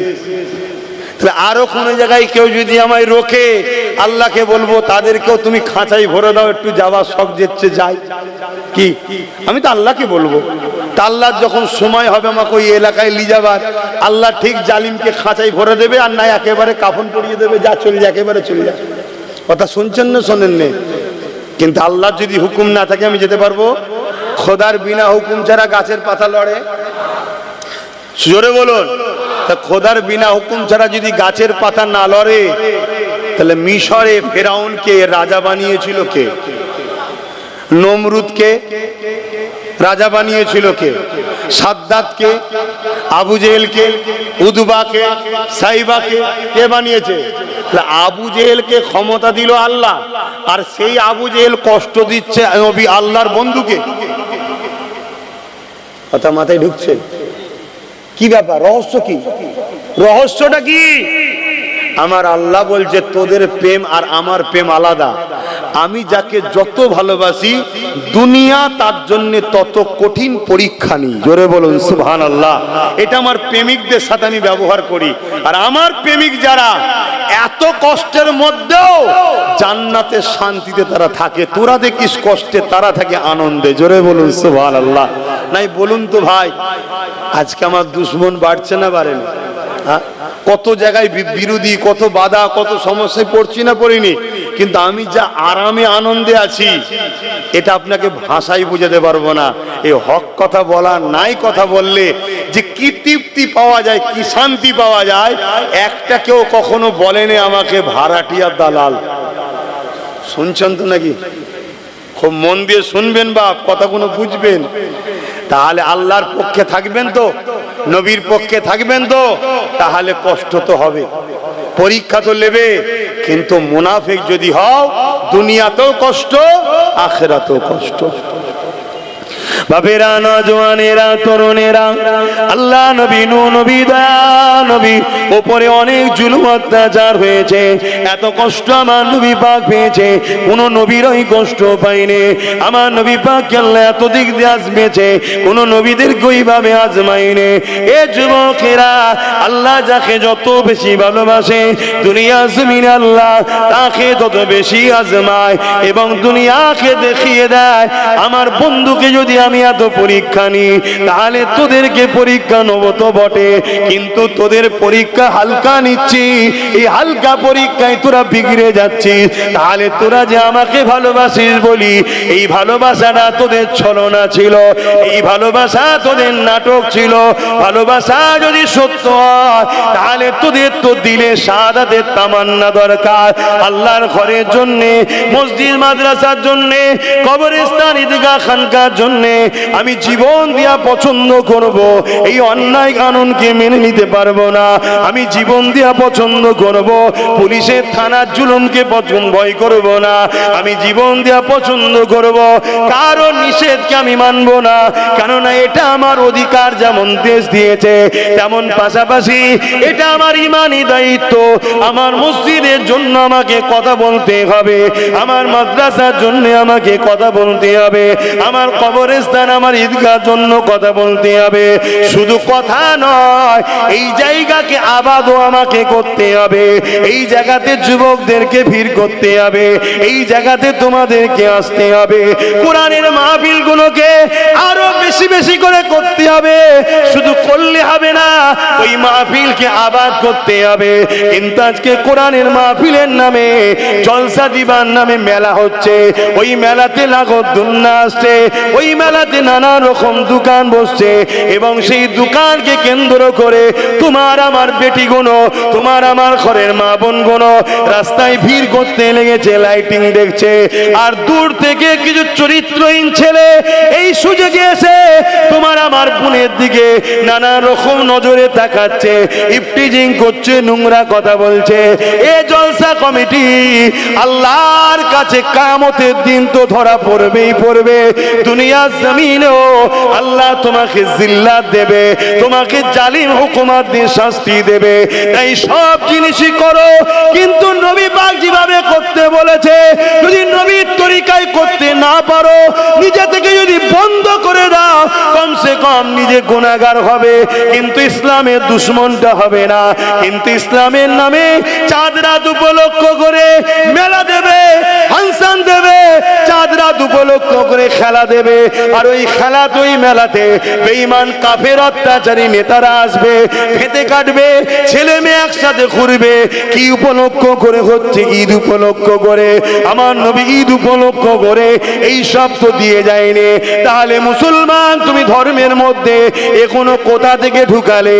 এই গাদ্দারি করার জন্য, ধর্মের সঙ্গে বিট্টিরে, ধর্মের সঙ্গে ধোঁকাবাজি, ধর্মের সঙ্গে ক্ষতি করার জন্য আল্লাহ যেমন ফিরাউনকে বসিয়েছে, আল্লাহ যেমন নমরুদকে বসিয়েছে, আল্লাহ যেমন আবু জেহেলকে বসিয়েছে, সেই আল্লাহ মুনাফিকদের করে শায়েস্তা করবে বলে আমার দেশে মোদিকে বসিয়ে দিয়েছে। শুনছেন তো নাকি? আমার ওয়াজ একটু উল্টো হচ্ছে নাকি? কি গো ইমাম সাহেব ভাইয়েরা, ওয়াজ উল্টো হচ্ছে? আবার ইমামরা তো হ্যাঁও বলতে পারবে না। কেউ যদি ওইখান থেকে দেখে লাই, কালকে এসে বলবো তেল হয়েছে না। তাহলে কত বড় মুনাফিক মুসলমান, ও কত বড় গাদ্দার যে ইমামের উপরে কথা বলে, ও হারামখোর, কত বড় হারামখোর যে ইমামের উপরে কথা বলে।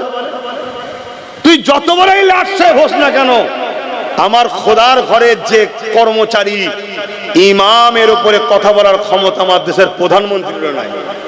হতে পারে দেশের প্রধানমন্ত্রী, কিন্তু ইমাম হলো আমার খোদার ঘরের দায়িত্বে আছে, এর ক্ষমতা আরো বেশি, এর সম্মান বেশি আমাদের কাছে, ঠিক না বেটি? কিন্তু কোন মুসলমান সেজে ইমামকে যদি চোখ দেখা, ইমামের উপর জুলুম করে, ইমাম অত সুদের রজ করতে হবে না, অত লোন টোনের রজ করতে হবে না, অত মদের রজ করতে হবে না। এই মসজিদে ইমাম করে রজ? কথা বলছে না তো, কেন করে না? আরে কিছু কিছু জায়গায় হয়, যাদের কলজে আছে, অনেক ইমামের কলজে একটা, অনেক ইমামের আবার 10-12টা কলজে আছে, তুমি দেখতে পারোনি। তবে মানুষের তো কলজে একটাই হয়, সাইজটা বড় রে বাবা। দেখেছেন না অনেক গরুর কলজে কানা হয়, আর দেখেছেন না দেখেননি? আর অনেকগুলো টাটকা একদম ভালো থাকে, কানাটাকে ফেলে দিতে হয়, ভালোটাকে খুন শরীরে তৈরি হয়। খান তো নাকি মাঝে মাঝে? কিছু বাদ দিয়ে দেবে, গরু তো বাদ দেবে না। মুসলমানের মাথায় যেন ঢুকেছে গোশ খেলে ইমান পাকা হয়। কে বলেছে সব কথা? হ্যাঁ, আমরা মুহাম্মদ রসুলের উম্মত। হ্যাঁ, আল্লাহ হালাল করেছেন, খাবেন, আমি ওর বিরুদ্ধে না। কিন্তু আজকাল যে আমাদের শরীরের টেম্পার, এই শরীরে কিন্তু ওই প্রোটিন হজম করার ক্ষমতা নাই। তাই কখনো সখনো হালকা ফুলকা খেলেন। আবার আমাদের যা রান্না করে মুসলমানরা, তরকারির উপরে 1 ইঞ্চি সুরো, মানে তেল। শুনছেন তো? বলো হুজুর আবার খাওয়ার পিছনে চলে গেল। দাদা খাওয়াটা বাদ দিলাম, যা খাওয়াটা বাদ দিয়ে দিলাম। লেন, এই তোদের 3 জনের কি হয়েছে রে? কি সমস্যা হয়েছে দেখেছি, তাও পালাচ্ছে কেমন দেখেছিস? ওদের তিনজনের কি একসাথে কিছু চাপ লেগেছে নাকি? কি সমস্যা হলো তিনজনের? আমার অজে কষ্ট হলো। তাহলে একসাথে তিনজন মিলে কোথায় যাচ্ছে? না বুদ্ধির গোড়ায় ধোঁ দিতে যাচ্ছে? আবার একদল আছে তো তওবা তওবা তওবা তওবা, এই মুখে তুমি আগুন দাও, যে মুখে তুমি আল্লাহকে ডাকো, নবীকে ডাকো। খবরদার এসব কাজ করবে না। হারাম জিনিস, মুবা জিনিস, অপছন্দনীয় জিনিস খাবে না, হালাল জিনিস খাও। কত কি আল্লাহ খাদ্য করেছে হালাল, হারামের থেকে হালাল খাদ্য দ্বিগুণ বেশি আল্লাহ করেছে। জোরে বলুন সুবহানাল্লাহ। কিন্তু আমরা হালাল ছেড়ে দিয়ে হারামের পিছনে ছুটছি। হাই রে হাই রে, আমাদেরকে কিভাবে ধ্বংস করা হচ্ছে। তা কোন কথা বলতে গিয়ে চলে গেলাম? হ্যাঁ, কোন কথা বলছিলাম গো? বলবেন, শুনছেন তো নাকি? খাবার কথাটা শেষ হয়েছে। খাবার কথা এলাম কেন? খিদে লেগেছে তাই। বাপেরা নওজোয়ানেরা আবার বলে যায়, আল্লাহ জালিম হুকুমাতকে বসাই দুই কারণে। এক হলো মুমিনদের ঈমানের পরীক্ষার জন্য, আর মুনাফিকদেরকে তাদের পাওনা বুঝিয়ে দিবার জন্য। আমরা দেখেছি পাকা আমের সাথে কাঁচা আম মিশে থাকার জন্য কখনো কখনো ঝড় এলে কাঁচা আমও একটা দুটো পড়ে না। আল্লাহ নবী জানিয়ে দিলেন, দুই শ্রেণীর লোক মার খাবে। এক শ্রেণীর মানুষ হলো অন্যায় করার জন্য মার খাবে, আর এক শ্রেণীর লোক মার খাবে কারা? যারা অন্যায় করেনি কিন্তু অন্যায়ের বিরোধী করেনি, তার জন্য শাস্তি হবে। তাই হযরত লূত আলাইহিস সালামকে আল্লাহ বলেছিলেন, ও হযরত নবী লূত আলাইহিস সালাম, আমি আল্লাহ ৮০,০০০ লোককে মারবো, তার মধ্যে থেকে ৪০,০০০ ভালো, ৪০,০০০ খারাপ। একটা মহামারী দিয়ে আল্লাহ পাক মারবে ৮০,০০০ লোক, তার মধ্যে ৪০,০০০ ভালো, ৪০,০০০ খারাপ। হযরত নবী লূত আলাইহিস সালাম আল্লাহ পাককে বললেন, আল্লাহ অন্যায় করেছে শাস্তি পাবে, ভালো লোকগুলোকে কেন আপনি মারবেন? আমার আল্লাহ পাক জানিয়ে দিলেন, ও হযরত নবী লূত, ভালো লোকগুলো খারাপ লোকের বিরোধী করে না, উপরন্তু তাদের সঙ্গে মেশে কেন? শুনছেন? তাহলে মার আমরা কেন খাচ্ছি? হয়তো অবশ্যই ইনশাআল্লাহ আমরা ঈমানদার, বলুন না ইনশাআল্লাহ, সন্দেহ নাই। তারপরও মার খাচ্ছি কেন? আমরা খারাপ লোকের হয় অন্যায় দেখে চুপ থাকি, আর নাই খারাপ লোকের সঙ্গে মিশি। শুনছেন তো নাকি? কেন আমি প্রথমেই বলেছি, অন্যায়কে রুকার নাম ইসলাম, নাইকে প্রতিষ্ঠিত করার নাম ইসলাম। শুধু নাই প্রতিষ্ঠিত করার নাম ইসলাম নয়, অন্যায় খতম করে নাই প্রতিষ্ঠিত করার নাম ইসলাম। প্রত্যেকটা মুসলমান গ্রামে ন্যায়ও যেমন আছে, অন্যায় আছে না নাই? তাহলে ইসলাম আছে কোথায়? বলুন, কমপ্লিট ইসলাম আছে কোথায়? প্রত্যেকটা মুসলিম গ্রামে এতিমের মাল ছেড়ে খাওয়া হয়, বিধবার উপরে জুলুম হয়, গরিবকে আত্মসাৎ করা হয়, অসহায়ের উপর অত্যাচার করা হয়। প্রত্যেকটা মুসলিম গ্রামের মধ্যে আল্লাহর সৃষ্টির উপরে জুলুম হচ্ছে না হয়নি? এই জুলুমকে মিটাবার নাম ইসলাম। আমাদের মধ্যে আছে কই? তাই আজকে আমরা নিজেরা ভালো হলো জুলুম যদি নাও করি, তাও মার খেতে হবে আমাদেরকে। কেন? আমরা জালিমের সঙ্গে মিশি। শুনছেন তো নাকি? হ্যাঁ, বড় জালিমের সঙ্গে না মিশলো ছোট জালিমের সঙ্গে তো মিশি। আমরা মিশি না? অলরেডি মাদ্রাসায় প্রতি বছরে মাদ্রাসার শিক্ষার পরীক্ষাতে ফুরফুরা দরবার দাদা হুজুরের মাদ্রাসায় হয় ফার্স্ট নাই সেকেন্ড, এই দুটোর মধ্যে একটা না একটা ছেলে ওখান থেকে বেরোতো, তাই তো নাকি গো? বলুন না। এই বছরে একটাও নেই। কারণ কি? কারণ শুনুন, আজ থেকে আমি চিল্লাচ্ছি না, আমি আজ থেকে চিল্লাইনি, আমি অনেকদিন ধরে চিল্লাচ্ছি। সমস্যা তো ওপর দিকে থুতু ফেললে গায়ে পড়ে যাবে। ঘর মে আগ লাগি হ্যায় ঘর কি চড়ক সে, ঘরেও দুশ্মন তো। হ্যাঁ, আজ থেকে চিল্লাচ্ছি। আমি কবে থেকে বলছি, টাইটেল মাদ্রাসায় 14টা শিক্ষক নেই। কটা? 14টা শিক্ষক নেই। একটা প্রতিষ্ঠানে যদি 14টা শিক্ষক না থাকে, ওই প্রতিষ্ঠানে ছাত্র মানুষ হবে? পড়াশোনা হবে? তা পড়াশোনা যখন হবে না, রেজাল্ট তো খারাপই হবে। তাহলে দাদা হুজুরের যে পূর্ব ভারতে দাদা হুজুরের যে একটা নাম অবদান আছে, সেই অবদানকে মিটাবারও একটা ষড়যন্ত্র রাজ্য সরকার চালাচ্ছে। এই কথা শুনছেন না শোনেন? কিন্তু এটা তো আমার কম বুঝবে না। আমার কম বুঝবে কি? আরে আব্বাস সিদ্দিকী হুজুর মানুষ এসব কথা বলবে কেন? আরে হুজুর রেখে দাও। আমার নবী পাক সাল্লাল্লাহু আলাইহি সাল্লাম 11টা বছর ধরে জালিম অত্যাচারী শাসকদের বিরুদ্ধে লড়াই করেছে, তারপরে মেয়েরাজ থেকে নামাজ এনেছে।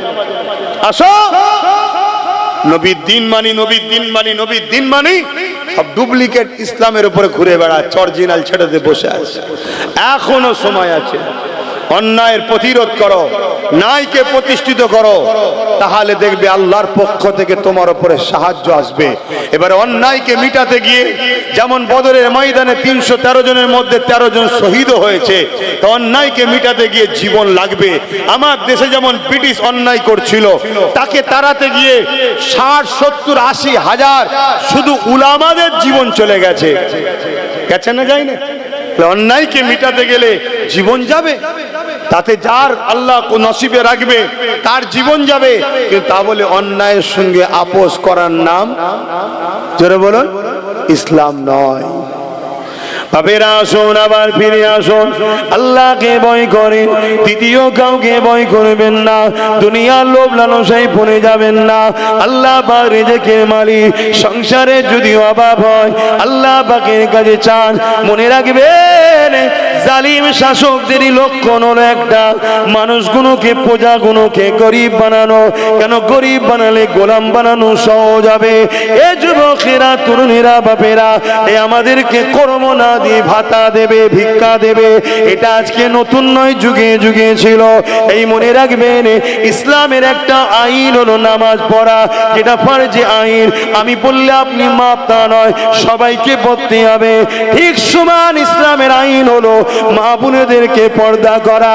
এই প্রতিটা মা বোনকে পর্দা করার জন্য বলে যাচ্ছি, আপনাদের ঘরও বলতে হবে। বিশেষ করে বাপ জানেদের বলে যায়, আপনি নামাজ পড়ে, রোজা রেখেছে, আপনি হজ করেছেন, যাকাত দিয়েছে, কিয়ামতের দিন আল্লাহ আপনাকে উঠাবে। নামাজের বেলায় রাইট চিহ্ন, রোজার বেলায় রাইট চিহ্ন, হজের বেলায় কামিয়াবি, সব জায়গাতে আপনি নিখুঁত ভাবে বেরিয়ে গেলেন। এবারে কি জান্নাত চলে যাবে? আল্লাহ বলবে না, যাওয়া হবে না। এবারে বলো, তোমার স্ত্রী পর্দা করেছিল কিনা? ওই জায়গায় যদি আপনি বলে, আল্লাহ এটা ওকে জিজ্ঞাসা করেন, আমার আল্লাহ বলবে না না না না, ওর অভিভাবক গার্জেন তুমি ছিলে, তুমি কেন কৈফিয়ত দেবে না? তোমার স্ত্রী পর্দা করেছিল কি বলো? যদি স্ত্রী পর্দা করে থাকে, স্ত্রী শরিয়াত চলে থাকে, এই জায়গাতেও ধরুন পাস করে গেলে, আল্লাহ এবারে যায়, আল্লাহ বলবে না না না, বলো তোমার কন্যা সন্তান পর্দা করেছিল কিনা, সে দিন অনুযায়ী ছিল কিনা, তার বিষয়ে তুমি জানাও। এ যুবকেরা, আমাদের সমাজে একটা কথা আছে, পুরুষদের থেকে নারীরা নাকি বাপকে বেশি ভালোবাসে। এই কথাটা অস্বীকার করা যাবে না, অতি সত্য কথা। কন্যা সন্তানরা বাপকে বেশি ভালোবাসে, কিন্তু মনে রাখবেন, আজকের দিনেতে বাপেরা যদি জাহান্নামে যায়, 100-র মধ্যে 99টা বাপ কন্যার জন্য জাহান্নামে যাবে। শুনছেন তো নাকি? আমার আজ কি ইসলাম বিরোধী হচ্ছে? কেন কন্যার জন্য যাবে? প্রত্যেকটা মেয়ের হাতে এখন মোবাইল, আর ওই মোবাইলে সেলফি তুলছে আর ডাউনলোড করছে। লাখো কোটি লোক দেখছে, চোখে জেনা হচ্ছে। যে দেখছে তারও জেনা, আর যে বেটিটা করছে তারও ওই পাপ হচ্ছে। এর জন্য বাপকে কিয়ামত দিন ধরা হবে। শুনছেন আব্বাজান? ও হুজুর, তুমি যা ওয়াজ করছে, সমাধান কি করে হবে? কে বলেছে হবে না? যদি আপনি ছোটবেলা থেকে তারবিয়াত দিতেন, তোর মডেল হলো খাতুনে জান্নাত, এলে জীবনী লে পড়, তাহলে আপনার বেটিটা খাতুনে জান্নাতের সাথেই জান্নাতে থাকতো। আপনি ছোটবেলা থেকে তারবিয়াত দিয়েছেন কি? হ্যাঁ বলে, কি শিখিয়েছেন? এখন বড় হয়ে মানুষ করতে গেলে আর হয়? ইট যখন পেকে যায় তাকে তো আর ভাই ব্যান্ড করা যায় না, কাটতে হয়। এখন যখনই আপনি কিছু বলছেন ও ফোঁস তুলছেন, ফোঁস তুলছে অমনি। কিন্তু আমার কাছে স্পষ্ট হিসাব, আমার ওয়াজ শুনলে আমার মা বোনরা রেখে যাবে না তো? কেন, ওরা খুব ভালোবাসে আমার। তো ভালোবাসে বলেই তো বুঝাতে চাইছি যে জাহান্নামে যাসনি মা বোনের, একসাথে জান্নাতেই যাবো নাকি? এই জন্য তো বুঝাচ্ছি। ভালোবাসার নাম কি? জাহান্নামে ঢেলে দিবা? ভালোবাসার নাম তোকে জান্নাতে নিয়ে যাওয়া, তাই তো নাকি? তা তুমি আমার মা হও, তুমি আমার বোন হও, তোমাকে সৃষ্টি করেছে যে, তিনার বিধান তোমার উপরে চলবে না অন্য কারো? বলো, তোমার উপরে জোরটা কার? একজনেরই, যে বের বানিয়েছে তোমায়। আমার উপরে কার জোর চলবে? আপনাদের? কেন চলবে না? আপনারা আমাকে বানান না তো, আপনাদের জোর চলবে কি করে? আমার উপরে জোর চলবে একমাত্র আমার স্রষ্টা, যিনি আমায় বানিয়েছে। তিনার হুকুম বাপ মাকে মানতে হবে, তাই আমি বাপ মাকে মানতে হবে। এটাও তিনারই জোর, তিনারই হুকুম। কথা মাথায় ঢুকছে? ঠিক তেমনি একটা কন্যাকে বিবাহ দেওয়া পর্যন্ত বাপের দায়িত্ব, বিবাহর পরে দায়িত্ব সম্পূর্ণ স্বামীর। স্বামী যদি মনে করো তুমি তোমার স্ত্রীকে অমুকের মেয়ে তো জুলুম করে পাঠিয়ে দেবো, না না না না না, মনে রেখে দিও তোমাকেও মরতে হবে, কিয়ামতের দিন আল্লাহ তোমাকেও ধরবে। এখন থেকে ওই নারীটার সম্পূর্ণ দায়িত্ব তোমার, সেই দিন পর্যন্ত, যতদিন পর্যন্ত ওই নারীটা একটা পুত্র উপযুক্ত সন্তান গার্জেন হিসাবে, বডি গার্ড হিসাবে না দাঁড়াতে পারবে, ততদিন স্বামীর দায়িত্ব। যেই হয়ে গেল ওবার দায়িত্ব হয়ে গেল তার বড় ছেলের। শুনছেন তো নাকি? তাহলে নারীকে কত সম্মান দিয়েছে। প্রথম সমস্ত কিছু, থাকা খাওয়া সবকিছু দায়িত্ব বাপের, তারপরে স্বামীর, অর্থাৎ তার গার্ড, তার সবকিছু, তার থাকা খাওয়া, টেনশন, ওষুধ, জামা কাপড় সব কোথায় পাবি তুই, খেটে লিয়াই। শুনছেন তো নাকি? নারী নিশ্চিন্তা। কিন্তু সেই নারী হাত তুললে একদিন দোয়া কবুল হচ্ছিল। পুরুষদের দোয়া যদিও কবুল না হয়, কেন আমরা হাটে বাজারে এদিক সেদিক বসছি, বন্ধুকে খুশি করতে গিয়ে এক কাপ চা খেয়ে নিচ্ছি, এর বাড়ি খেয়ে ফেলছি, ওর বাড়ি খেয়ে ফেলছি। শুনছেন তো নাকি? আমার কথায় কি বেজার হচ্ছেন? সব কথা খুলে বলা যায়। হযরতে মুসা আলাইহিস সালাম একদিন তুর পাহাড়ে যাচ্ছে, এটা আবার বলে দিই, না হয় ইখতিলাফ হবে। তুর পাহাড়ে যাচ্ছে, তো তুর পাহাড়ে যখন যাচ্ছে দেখছে পাহাড়ের ধারে একটা লোক বসে প্রচুর কাঁদছে, প্রচুর কাঁদছে। মুসা নবী তার কাছে এসে সালাম দিয়ে বলছে, ভাই এত কাঁদছো কেন, কি হয়েছে? বলছে, আমি অনেক দিন ধরে, অনেক বছর ধরে কাঁদছি, আল্লাহ আমার দোয়া কবুল করছে না।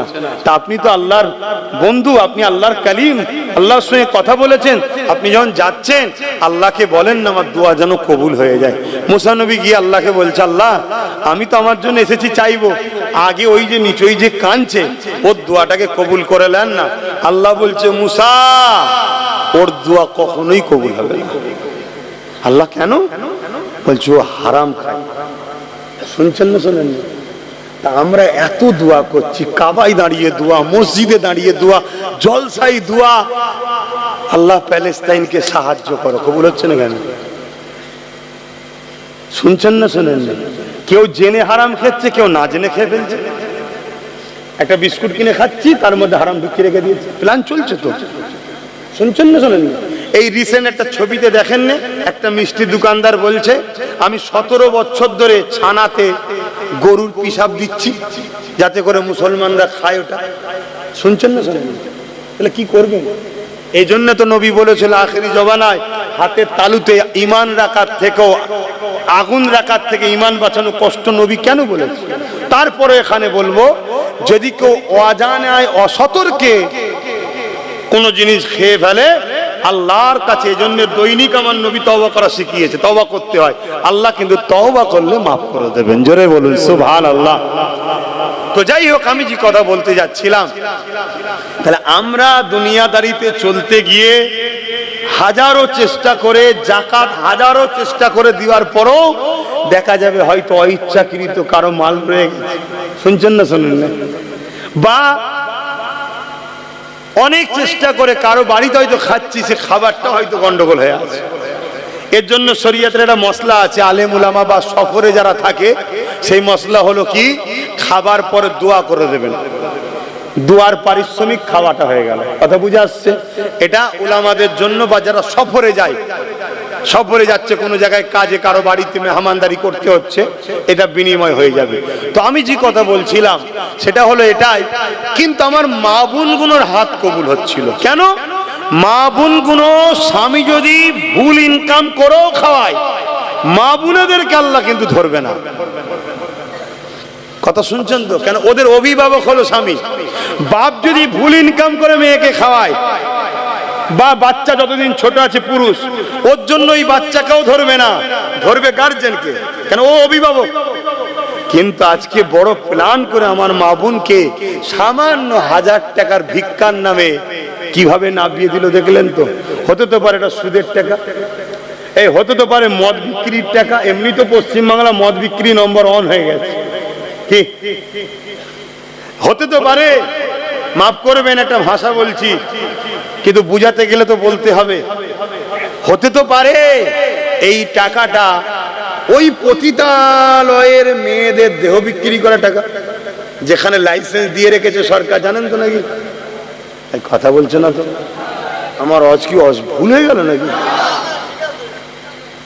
আমি তো জানিনি বাপ আর কিভাবে করলে আপনারা খুশি হবেন। আমি তো আপনাদের খুশি করার জন্য এসিনি। আমি তো, যিনি আমাকে এখানে নিয়ে এসে বসিয়েছেন, কে? আমার মুখ দিয়ে কথা বার করছে কে? অনেক সুন্দর চেহারা আছে, কানও শুনতে পায় না, মুখও বলতে পারে না, আছে না নাই? মুখ থাকলেই যে কথা বলবে এমনটা ব্যাপার নয়, আর আজ বলছি কালকেও যে বলতে পারবে এমনটা ব্যাপার নেই, খুনিও বন্ধ করে দিতে পারে। তা যিনি আমার কথা চালাচ্ছেন, যিনি আমায় বলাচ্ছেন, তা আমাকে তো বলতে হবে তেনার জন্য, নাকি গো? এতে যদি আপনারা কেউ কষ্ট পান, আমার কিছু করার আছে? ওই একটু গাল দিয়ে নেবেন, একটু গাল দিয়ে রাগ মিটিয়ে নেবেন। সেদিন কলকাতায় একটা মিটিং হলো, দেখলেন না? ওয়াকফের বিরুদ্ধে, হ্যাঁ দেখেছেন? একটা মিটিং হলো, সেই মিটিংয়ে একজন দাড়িওয়ালা, এরকম দাড়ি, মাথায় টুপি দিয়ে আমার বাপ তুলে গাল দিচ্ছে, মা তুলে, দেখেছেন তো নাকি?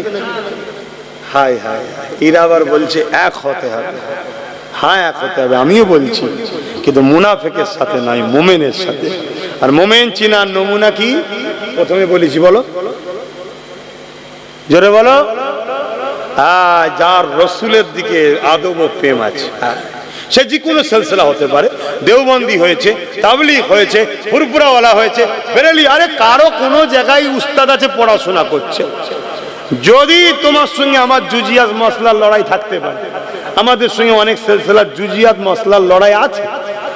আজানটা মসজিদের বাইরে দেবে না ভেতরে দেবে, ফাতিহা খাবার সামনে নিয়ে করবে না হাড়িতে ওখানে থাকবে এখানে করবে, এরকম জুজিয়াত কিছু লড়াই আমাদের মধ্যে আছে। এই লড়াইটা বড় লড়াই নয়, কিন্তু আকীদার লড়াই হলো হুজুরকে নিয়ে। যাদের হুজুরের বেলায় আকীদা নেই, তাদের সঙ্গে মিশা হারাম, চলবে না, তারা মুসলমানই নয়। শুনছেন তো নাকি? জুজিয়াত মাসলা লড়াই হয়েছে, ও তুমি তোমার শায়েখকে মানগে যাও, তুমি তোমার আমিরকে মানগে যাও, তুমি তোমার পীরকে মানগে যাও, আমি জবানার মুজাদ্দেদকে মানি। কিন্তু মসজিদ এখন আমাদের সবার, মাদ্রাসা সবার। আসো আমরা সংগঠিত হই, একতা হওয়ার দরকার আছে না নাই? কিন্তু কাদের সাথে? যাদের আকীদা নবী মরে গেছে তার সাথে একতা হবে। যাদের আকীদা কিয়ামতের দিন নবীও ভ্যাল ভ্যাল করে চেয়ে থাকবে, তাদের সঙ্গে একতা হবেন। তাহলে আল্লাহ সাহায্য পাবেন? আল্লাহ তো মেরে ফেলবে আরো। হ্যাঁ একতা হব। হ্যাঁ জুজিয়াত মাসলা আমি দাঁড়িয়ে সালাম দিই, কেউ বসে দেয়, দাঁড়ানোটা কি ফরজ, ওয়াজিব, সুন্নতে মুআক্কাদা না? এটা প্রেমের ব্যাপার, আমার ভালো লাগে দিই, ওর ভালো লাগে না বসে দেয়। এ নিয়ে তো আমাদের ঝগড়া করা উচিত নয়।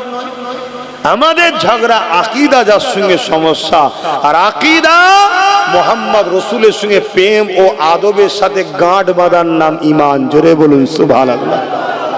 তো অস্ত করেই যাচ্ছি, নামাজ হবে তো, সংক্ষেপ করি নাকি? অনেক সময় হয়ে গেছে, আসেন আর কথা বেরিয়ে লাভ নেই, একটু সালাম দিয়ে লি। ইয়া নবী সালাম। এই ছেলেটা কি করছে? কি করছে? এক হাতে মোবাইলের আর এক হাত কোথায় তো? কি সমস্যা? আল্লাহ বদমাশি করছো? আমার কথায় কেউ কষ্ট পাচ্ছেন না তো বাপ? আমি কি আমার স্বার্থে চিল্লাচ্ছি? আমি তো আমার আল্লাহ ও রসুলের জন্য চিল্লাচ্ছি, আপনাদেরকে বাঁচাবার চেষ্টা করছি। এবারে বাঁচবেন কি বাঁচবেন না ওটা আমার হাতে ক্ষমতা নেই, বাঁচাবার মালিক আল্লাহ। তবে আল্লাহ বলেছেন যে বাঁচতে চায় আমি তাকে বাঁচাবো। এখানে বাঁচা বলে দুনিয়ায় বেঁচে থাকার নাম বলছি না। আরে মরতে তো হবেই রে বাবা। চোর মরে না মরে না, ডাকাত মরে না মরে না, নেতা মন্ত্রী মরে না মরে না, হুজুর মরে না মরে না, মানে এন্তেকালের কথা বলছি। তো মৃত্যু তো হবেই, কিন্তু মৃত্যুটা কিরকম হবে? কুকুর ছাগলও তো মরে, তাই তো নাকি? তা মানুষ যদি ওইভাবে মরে, ওই মরণটা কি ভালো? বীরের মতো ইসলামের উপরে থেকে জুতের সাথে আল্লাহ যেন মরণ দেয়, বল আল্লাহুম্মা আমিন। কি হচ্ছে আজকে সমাজে, এটাকে সামনে রেখে তাই আমি আপনাদেরকে গুটি কত কথা বললাম। আসেন, আমার নূর নবী, দয়াল নবী, হায়াতুল নবী, শাফাআতুল নবী, মেরাজ ওয়ালা নবী, সব কিছু জাননেওয়ালা নবী, জোরে বলুন সুবহানাল্লাহ। মানেন তো নাকি? হ্যাঁ, কেউ বলবে রসুল লেখাপড়া জানে না, অক্ষর জ্ঞান জানে না, তার সাথে এক হব? সম্ভব নয় ভাই। আমি মরণকে পছন্দ করি, নবীর দুশ্মনের সঙ্গে বসে ভালো মন্দ খেতেও চাই না। শুনছেন তো? কেন? আমাদের সবকিছুর আগে নবী আমাদের কাছে আপন। আর এই ফায়সালাটা দিয়েছেন কে? স্বয়ং আল্লাহ। আল্লাহ কোরআনে বলছেন, কুল ইন কুনতুম তুহিব্বুনাল্লাহ ফাত্তাবিউনি ইহবিবকুমুল্লাহ ওয়া ইয়াগফিরু লাকুম যুনুবাকুম আল্লাহু গফুরুর রহিম। হাবিব, আপনি বলে দিন, যারা আল্লাহকে ভালোবাসে এরা যদি সত্যবাদী হয়, আগে যেন আপনার ইত্তেবা করে, আপনাকে অনুসরণ করে। কিন্তু ইত্তেবা অনুসরণ করতে গেলে তার উপরে মহব্বত থাকা দরকার, নাই মানা যায় না। ঠিক তো নাকি গো? তা ফাত্তাবিউনির মধ্যেই ভালোবাসা লুকিয়ে আছে। ভালোবেসে যেন আপনাকে মেনে নেয়, ভালোবেসে যেন আপনাকে অনুসরণ করে। আল্লাহকে যারা ভালোবাসতে চায়, ভালোবাসে বলে, তাদের কাজ হলো আগে নবীকে ভালোবেসে মেনে নিতে হবে, নবীকে ভালোবেসে ইত্তেবা করতে হবে। তাহলে কি হবে? কি হবে? বিকুমুল্লাহ, আল্লাহ বলছে আমি তাদেরকে ভালোবাসবো, জোরে বলুন সুবহানাল্লাহ। আর আমি যাদেরকে ভালোবাসবো, ওয়া আগফিরু লাকুম যুনুবাকুম আল্লাহু গফুরুর রহিম, আমি আল্লাহকে তারা বড় দয়ালু মেহেরবান পাবে, আমি তাদের জীবনের গুনাহ মাফ করে দেবো, জোরে বলুন সুবহানাল্লাহ। আল্লাহ পরীক্ষা নেবে আমাদের, কি গো নেবে না নেবে না? আমাদের পরীক্ষা নিলে কি আমরা অখুশি? জোরে বলুন। হযরত আব্বাজান ইব্রাহিম আলাইহিস সালামকে যখন চরকিতে তুলে দেওয়া হয়েছে, এবার ঘুরিয়ে আগুনে ফেলা হবে, কেন হাতে করে লিজে ফেলবে, এত আগুনের তাপ, আগুনের কাছে যেতে পারছে না লোক। এই বিশাল একটা গ্রাম নিয়ে যত বড় এলাকায়, এত বড় এলাকায় আগুন জ্বলছে, তার মধ্যে ফেলছে, এত বিশাল আগুন, তা কাছে যেতে পারছে না, তা চরকি করে ঘুরিয়ে ছুঁড়ে ফেলে দেবে আগুনে। কথা বুঝলেন? তো এইরকম একটা টাইম, চরকি ঘোরা শুরু হয়েছে, এরকম একটা টাইমে বলো, তোমাকে আমাকে যদি কেউ এসে বলে ভাই আমি কোনো হেল্প করব, তুমি আমি তো ভয়েতে কেঁদে ওই রাজাকেই হয়তো বলবো তুই যা বলবি তাই মেনে নেবো, ভাই আমার মারিসনি। হ্যাঁ, এটা ইমানের দুর্বল আমাদের। আর আমাদের আব্বাজান ইব্রাহিম সাল্লামের কাছে জিবরাইল এসে গেছে, এসে বলছে ইব্রাহিম আলাইহিস সালাম আপনি যদি বলেন তাহলে আমি আপনাকে কিছু উপকার করব, এদেরকে এক্ষুনি শেষ করে দেবো। ইব্রাহিম সাল্লাম বলছিলেন খবরদার এখান থেকে চলে যান, ডিস্টার্ব করবেন না। কেন? আল্লাহ ইব্রাহিমের প্রেমের পরীক্ষা নিচ্ছে, জোরে বলুন সুবহানাল্লাহ। আমাকে আগুনে ফেলছে নমরুদ, আল্লাহ কি দেখছে না? আল্লাহ দেখছে না, দেখেনি। তা আজকে আমাদের উপরে এই যে জুলুম হচ্ছে, মসজিদ মাদ্রাসা ধ্বংস করছে কেন্দ্র সরকার, এটা আল্লাহ জানে না? আল্লাহ দেখে না? এটা আমাদের জন্য পরীক্ষা। আর আমরা যে ভুলটা করেছি, এই ভুলের জন্য শাস্তি। কি ভুল? আমাদের ছেলেরা মসজিদে আসে না, এটা চরম একটা অন্যায় করেছি আমরা। এজন্য আজকে সুযোগ পেচ্ছে। ভালো ভালো জায়গা আছে আমাদের, যেসব জায়গা কোটি কোটি টাকা দাম, এই চুচুড়ার যে মসজিদ মাদ্রাসায় তালা মেরে দিয়েছিল, জানেন তো নাকি? ওই জায়গার দাম কত? কয়েক হাজার কোটি টাকা দাম, জানেন না? তালা মেরে দিয়েছিল রাজ্য সরকার। আর ওইখানেই পাশে আর একটা কবরস্থান আছে 52 বিঘে, যার এক কাটার দাম হয়তো 1-1.5-2 কোটি টাকা দাম আজকের দিনে। এইসব জায়গাগুলোকে নজরে পড়বে না। এমনি তো কেন্দ্রে যে সরকার আছে ও তো হাঙর, সব দেশকে খেয়ে ফেলছে। খাচ্ছে না? খাই না? কথা বলেন। এয়ারপোর্ট বিক্রি করে দিয়েছে, রেল বিক্রি করে দিয়েছে, জানেন না? LIC কে বিক্রি করে দিয়েছে, সব তো বিক্রি করে দিচ্ছে।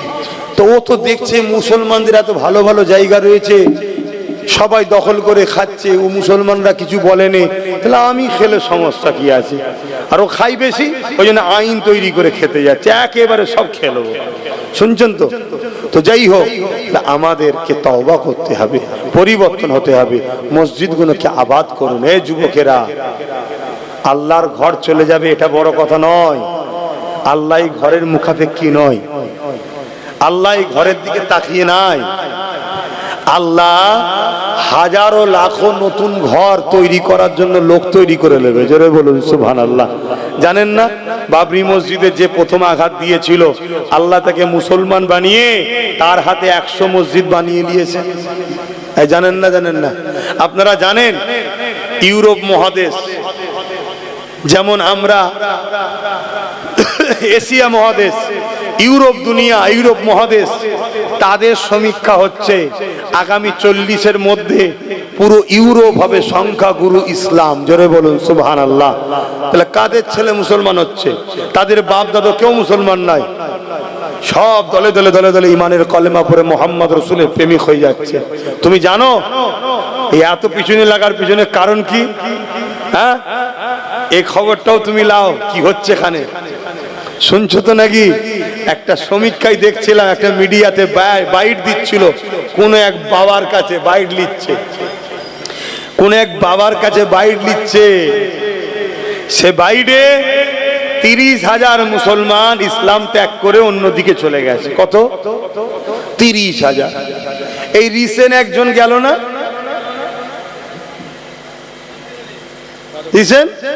গেল তো নাকি?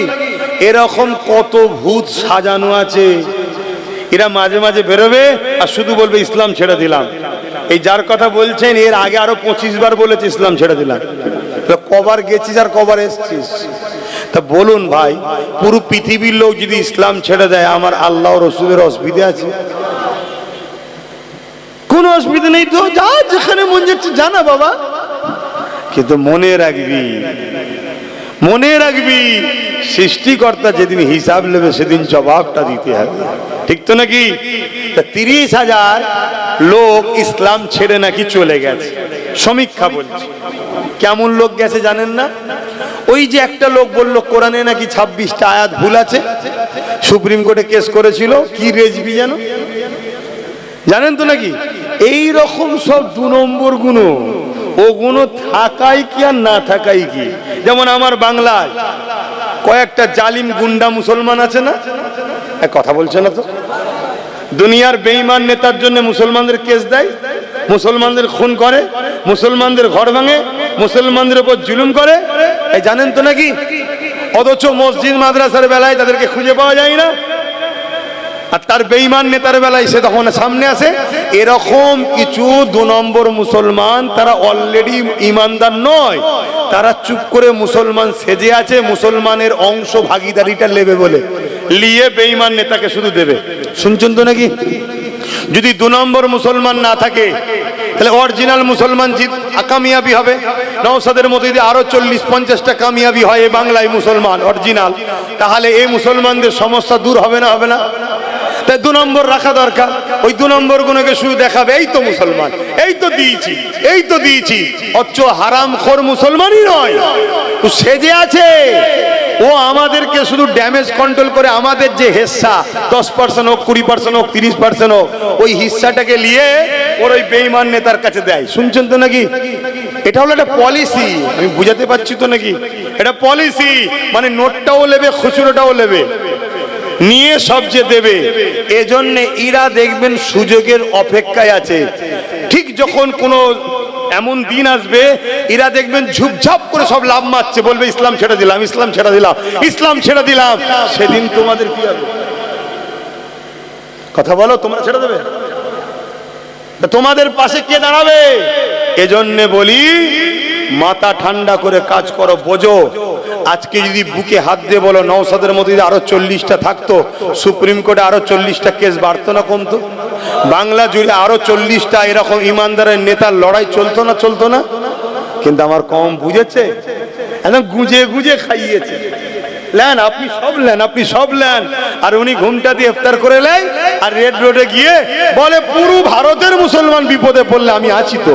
আর যখন অন্য অন্য রাজ্য থেকে মুসলিম ঘরের ছেলেগুলো বাঙালি হওয়ার জন্য পিটিয়ে পিটিয়ে খুন করে দিচ্ছে, মারছে, একটা মুখে কথা আছে কেন? কথা বলবেন না কেন? হারে হারে বুঝছেন না, বোঝেন না? যদি বোঝেন শুধরে যান, না আল্লাহ বুঝিয়ে দেবে। এবারে অনেক বুঝিয়েছি, এখনো যদি না শুধরান, এবারে ওই আল্লাহ বুঝাওয়া শুরু হয়েছে। আমি গত কি বলে 1 বছর 5 মাস হলো আগে বলেছিলাম একটা কথা, আপনারা শুনেছেন কি জানি না, যে একটা দিন আসছে আগামী 3 বছরের মধ্যে তোমাদের চোখ দিয়ে পানি নয় রক্ত বেরোবে। শুনেছিলেন এ কথা? আমি অনেক অজে বলেছিলাম, শুনেছেন কি কেউ? যদি কেউ শুনে থাকেন একটু হাত তুলে সাক্ষী দেন। শুনেছেন তো? আপনার 1 বছর 5 মাস চলছে আর 1 বছর 7 মাস আছে। দেখুন আব্বাস সিদ্দিকীর কথা মেলে কি?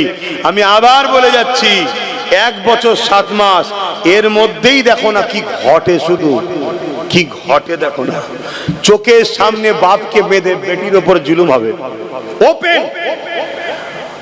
সন্তানকে বেঁধে মা পরিবার বেটিদের উপরে জুলুম হবে, কিচ্ছু করতে পারবে না তোমরা, তোমাদের কিচ্ছু করার নেই। তোমাদেরকে কিভাবে ফাঁসানো হবে সেটা শোনো। তোমরা একটু এলাকায় মুসলমান বেশি, একটু ক্ষমতা আছে, পাওয়ার আছে, এখানেই একজন অমুসলিমকে দিয়ে আমার নবীর বিরুদ্ধে একটা গালিগালাজ করাবে, কার্টুন করাবে, তোমরা সবাই থানায় যাবে, প্রশাসন গুরুত্ব দেবে না। কেন? প্রশাসনকে ওপর থেকে নিষেধ করা আছে। আমি প্রশাসনদেরকে দোষারোপ করছি না, ওপর থেকে নিষেধ করা আছে। তারা চাকরি, হুকুমের গোলাম, চাকরি করে, শুনছেন? তখন তোমরা কি করবে?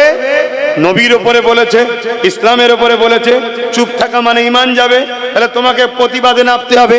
প্রতিবাদ নামাটা অন্যায় নাই, দেশের গণতন্ত্র সংবিধান রাইটই দিয়েছে।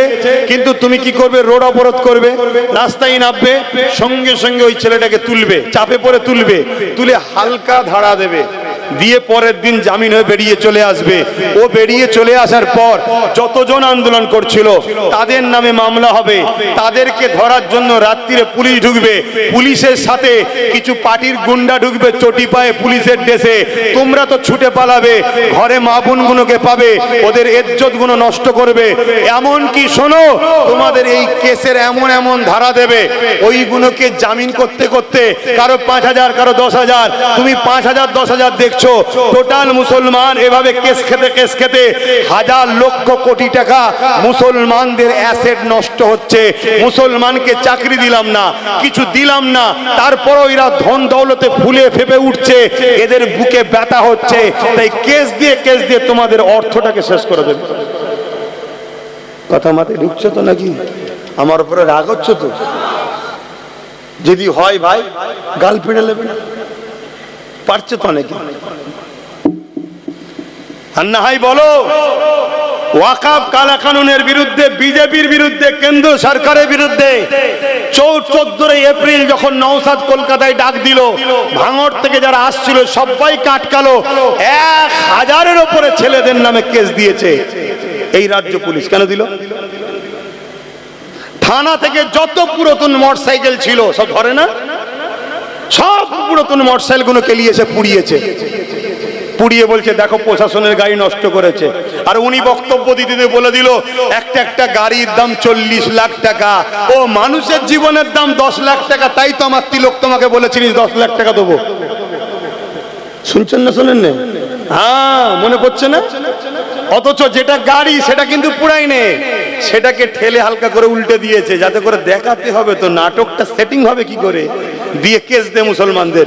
তাহলে আপনি কি করবেন? আন্দোলন করতে পারবেন না, করলেই কেস।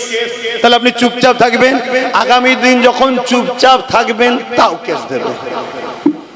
কেন টাকার যখন দরকার হবে একটা কেস দেবে। শুনছেন না শোনেননি? কিচ্ছু নয়, কোথায় সেই ওই পাড়ায় কিছু একটা কেউ চুরি করেছে, তোমার পাড়ায় 100 জনের নামে কেস হয়ে যাবে। তাহলে এসব থেকে বাঁচার উপায় কি বলো? এসব থেকে বাঁচার উপায় কি? রাজ ক্ষমতা দরকার। যদি রাজ ক্ষমতা যদি দরকার না হতো, তাহলে আমার রাসূল মক্কা শরীফ থেকে মদিনা শরীফে গিয়ে কেন মদিনায় রাষ্ট্র কায়েম করলো? নবী উম্মতকে তো শিক্ষা দিল যে রাষ্ট্রের ক্ষমতার প্রয়োজন আছে, তাই নবী রাজ ক্ষমতা তৈরি করলেন, 10 বছর রাষ্ট্র চালানো শিখালেন। তাই তোমাদেরকেও বলে যাচ্ছি, একজন পীর সাহেব, পীরজাদা, মাওলানা, ঘরের সন্তান যাই মনে করো, রাজ ক্ষমতা দরকার। ওর হাতে ক্ষমতা তো তোমার ছেলের কি লাভ? ওর হাতে ক্ষমতা তো তোমার কি লাভ? তোমার ক্ষমতা কই? শুনছেন না শোনেননি? তুমি যতই মনে করো ঘোমটা দিয়ে আসছে, ইফতার করছে, আমাদের না না না না, ইসলামের চরম দুশমন। যেমন কেন্দ্র সরকার ইসলামের চরম দুশমন, রাজ্যে যে সরকার বসে আছে ইসলামের চরম একটা দুশমন। আমি চ্যালেঞ্জের সাথে বলছি, না হয় মাদ্রাসা শিক্ষাকে মিটাবার জন্য শিক্ষকগুলোকে বন্ধ করে দিল। এবং শুনে রেখে দাও, মাদ্রাসা বোর্ডের 2024-এর সিলেবাসকে তোলো, সেখান থেকে দেখো কোরআনের অপশনটাই তুলে দিয়েছে, অর্থাৎ কোরআনকে বন্ধ করে দিয়েছে রাজ্য সরকার। কিন্তু আমার জাত বুঝবে, আমার কম বুঝবে। যদিও নিরীহ লোকগুলো বোঝে, আবার এই গভর্নমেন্ট একদল ভাড়াটিয়া হুজুর নামাবে, বক্তা নামাবে, মৌলী সাহেব নামাবে, তারা নেবে কি বলবে? বাবা ইজি কুজি করতে যেও না, বিজেপি চলে আসবে। ভয় দেখাচ্ছে, ভয় দেখাচ্ছে। শুনছেন না শোনেননি? কিন্তু সরকারও বুঝতে পেরে গেছে মৌলী সাহেবদের কথার মুসলমানরা লিখছে না, তাই কি করছে জানেন? প্ল্যান মাফিক নিজের দল থেকেই পূর্ব মেদিনীপুরেরটাকে তাড়িয়ে দিয়েছে। তুই চলে যা, ওখানে গিয়ে দিন রাত মোল্লাদেরকে গাল দে, জিহাদি বল, মেরে তাড়িয়ে দেবো, এমন করে বুলডোজার চালাবো, এই করব। তুই ভয় দেখা মুসলমানকে, ভয় দেখাচ্ছে না, যাতে করে মুসলমান আমার কোলে থাকে। শুনছেন তো নাকি? আমি প্রথমেই বলেছিলাম, এই জন্য ভয় আল্লাহকে করতে হবে, অন্য কাউকে করলে হবে না। আচ্ছা বলেন তো ভাই, ফাইসাল্লাহ কার হাতে? আমার হাতে, আপনার হাতে, না আল্লাহর হাতে? তাহলে আল্লাহর হাতে যখন ফাইসাল্লাহ, তাহলে আপনি হকটা ছেড়ে দিয়ে এক জালিমকে ভয় করে আরেক জালিমের কোলে উঠবেন? এটা কি ঈমান? এরপরও আমি আপনাকে বলে যাব, এরপরও আমি আপনাকে বলবো কি, আমি তো বলছি না যে ওকে পুরো তাড়িয়ে দে। আমি কি বলেছিলাম? আমি বলেছিলাম একটা পায়ালে, অর্থাৎ জব্দ করে রাখ। এই যে দেখছেন না বসেছিলাম, দেখুন 4টে পায়া, 3টে যদি রাজ্য সরকারের থাকতো আর একটা যদি আমাদের থাকতো, তাহলে এই গদিতে বসে আমরা যা বলবো না শুনলে পাটা খুলে নেবো। সরকার পড়ে যাবে না? যাবে না? কথা মাথায় ঢুকছে না? ঢোকে না? ধরুন আমাদের 50, 60, 70, 80টা রয়েছে, বাকিটা রয়েছে, টাচ আপ করলাম, সরকার তৈরি হলো, যা বলবো শুনবি, আর নাই 60-70টা বার করে নেবো। সরকার পড়বে না? পড়বে না? তাহলে নিজেদের হাতে পাওয়ারের দরকার আছে না? না। আমাদেরকে আল্লাহ যা ক্ষমতা দিয়েছে 110টা রাখতে পারি আমরা হাতে, কিন্তু বুঝবে? আর যদিও বোঝে, ওই আমাদের মুসলিম পাড়ায় 2-4টে করে গুন্ডা আছে, আছে না? নাই? এই গুন্ডা আছে, এই গুন্ডা কোনো কোটি কোটি টাকা পায়, গুন্ডাগিরি করে। শুনছেন তো নাকি? গুন্ডাও জব্দ হয়ে যাবে যদি আপনারা এক হতে পারেন। এক যদি হতে পারেন, একবার ঘিরবেন, খাবার খানা টানা করিয়ে ভালো মতো করে খাইয়ে দেবেন। শুনছেন তো নাকি? সব শয়তান ঠান্ডা হয়ে যাবে। আমার কথা বুঝছেন না? বোঝেন না? যদি আজ হাত গুটিয়ে বসে থাকেন যে কি করব, কালকে আরো ভয়ানক দিন আসছে, কালকে আরো ভয়ানক দিন আসছে। আমার তো ভয় হচ্ছে, একটা ভয় আমার দিলের মধ্যে বারবার কুড়ে কুড়ে খাচ্ছে। আমি তো কোনো জায়গায় বলিনি, বলবো আজকে। আমার তো ভয় হচ্ছে যে ইচ্ছা করে পশ্চিম বাংলায় দাঙ্গা লাগানো হচ্ছে যাতে করে রাষ্ট্রপতি শাসন হয়, আর রাষ্ট্রপতি শাসন হলেই তুমি যতই চেষ্টা করো ক্ষমতায় কিন্তু ওরা চলে আসবে। কথা মাথায় ঢুকছে না? ঢোকে না? তাহলে একটা সেটিং থাকে, যেমন দিল্লিতে সেটিং ছিল জানেন না? কংগ্রেসকে কোনোভাবে তোলা যাচ্ছিল না, কি করে নামাবো, কি করে নামাবো। লাস্টে একটা সেকুলার মুখকে দিয়ে কেজরিওয়াল, তাকে দিয়ে প্রথম কংগ্রেসটাকে শেষ করলো। 10 বছরের ডিউটি ছিল, বেরিয়ে যা। সে তো পুরো পৃথিবী থেকেই গায়েব, তার কোনো খবরই নেই আর। ঠিক তেমনি এর সাথে হয়তো কন্টাক্ট একটা আছে, এত বছর থাকবি, বেরিয়ে যাবি, আমাকে এনে দিবি। কেন? কোনোভাবে হলো এর আগে যা ছিল, আমি তাকে ভালো বলবো না, কিন্তু যাই হোক দাঙ্গা ধর্ম বিভাজনটা কিন্তু করতে দেয়নি। জুলুম করেছে, আমি অস্বীকার করব না, করেছে। ও তোমাদের মতো আমি লোক নয়, অন্যায় অন্যায় বলতে হবে, কিন্তু এটা তো করতে দেয়নি। অতএব তাকে সরাতে গেলে পলিসি হিসাবে একটা ঘোমটাওয়ালা লিয়াই একে নিয়ে এসে বসিয়ে দিয়েছে। এবারে কন্টাক্ট হয়ে গেছে, যে কোনো ভাবে একটা অশান্তি লাগিয়ে রাষ্ট্রপতি শাসন করে দে, দিয়ে আমরা চলে আসি। তাহলে তখন কি হবে তোমার আমার? তাহলে আব্বাস সিদ্দিকী যে 21-এ বলেছিল, এখন বলুন আমি কি অন্যায় করেছিলাম? একটু আওয়াজ দিয়ে বলবেন, অন্যায় করেছিলাম কি? আমি আমার ভাইটাকে 42 দিন জেল খাটালাম আমার জন্যই তো। আমি আমার ভাইটার মাথায় হাজার হাজার কেস চেপে আছে। আমার ভাইটাকে মারলো গাড়িতে, জানেন না, তার হাত ভাঙলো, কাঁচ ভাঙলো, হাত রক্তাক্ত হয়ে গেল। কত রকম মিথ্যা মিথ্যা ইলজাম, জুলুম, অত্যাচার, আজও তাকে গাল খেতে হচ্ছে। সব আব্বাস সিদ্দিকীর জন্য হলো।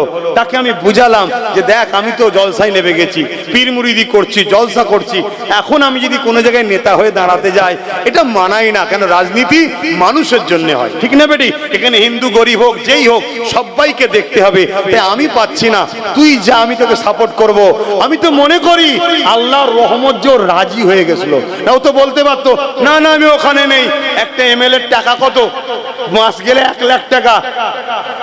অহংকার নয়, আল্লাহ এমনও দিন দেয়, একদিনে 1 লাখ টাকা দেয়। আপনাদের আবার হিংসা হয়ে গেল না তো? কেউ তো বলেও তো ফ্যাসাদ বলবে, দেখেছিস কত টাকা? আরে আল্লাহ দিচ্ছে তো, আপনার ব্যথা হচ্ছে কেন? এবার আমি নিয়ে নিজে সব খাচ্ছি না কি করছি সেটা আল্লাহ জানে, যে দিচ্ছে সে জানে। কথা মাথায় ঢুকছে না? ঢুকে নেই? তাহলে ও তো পারতো আমার পাশে বসে গদি দিয়ে বসে থাকতে পারতো, তো ও তো জলসা করতে পারতো। তাহলে আপনাদের তো ভাবা দরকার যে ও যখন আমাদের হয়ে কথা বলছে, ঠিক আছে, বাকি জায়গায় না হয় অন্য কারো কথা ভাববো, যেখানে যেখানে নবী বংশের আওলাদ আছে তাকে আমি সাপোর্ট করবো। এটা দরকার ছিল না? ছিল না?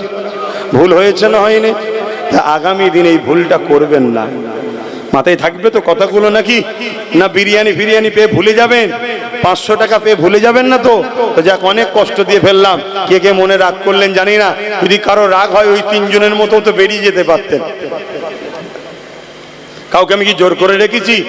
কি গো, আসেন একটু সালাম দিয়ে লিয়া নবী সালাম ইয়া রাসূল ইয়া হাবিব সালাম সালাম।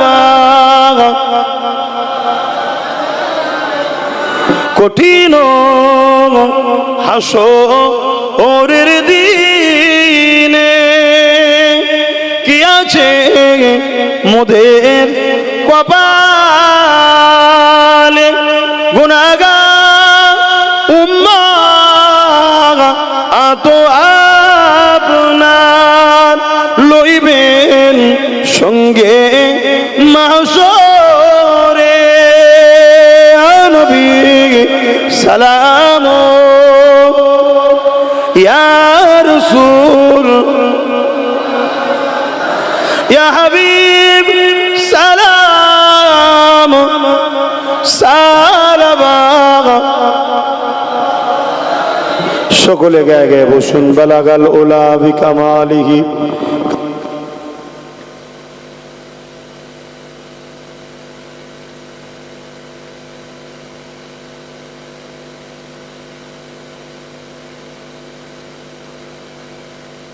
বিসমিল্লাহ শরীফের সঙ্গে 11 বার দরুদ শরীফ, 3 বার সূরা ফাতিহা, 10 বার সূরা ইখলাস শরীফ তেলাওয়াত করেন। এখনই দোয়া চাওয়া হবে। আর একটুখানি ছেলেরা যাচ্ছে, আজান এখনো দেন।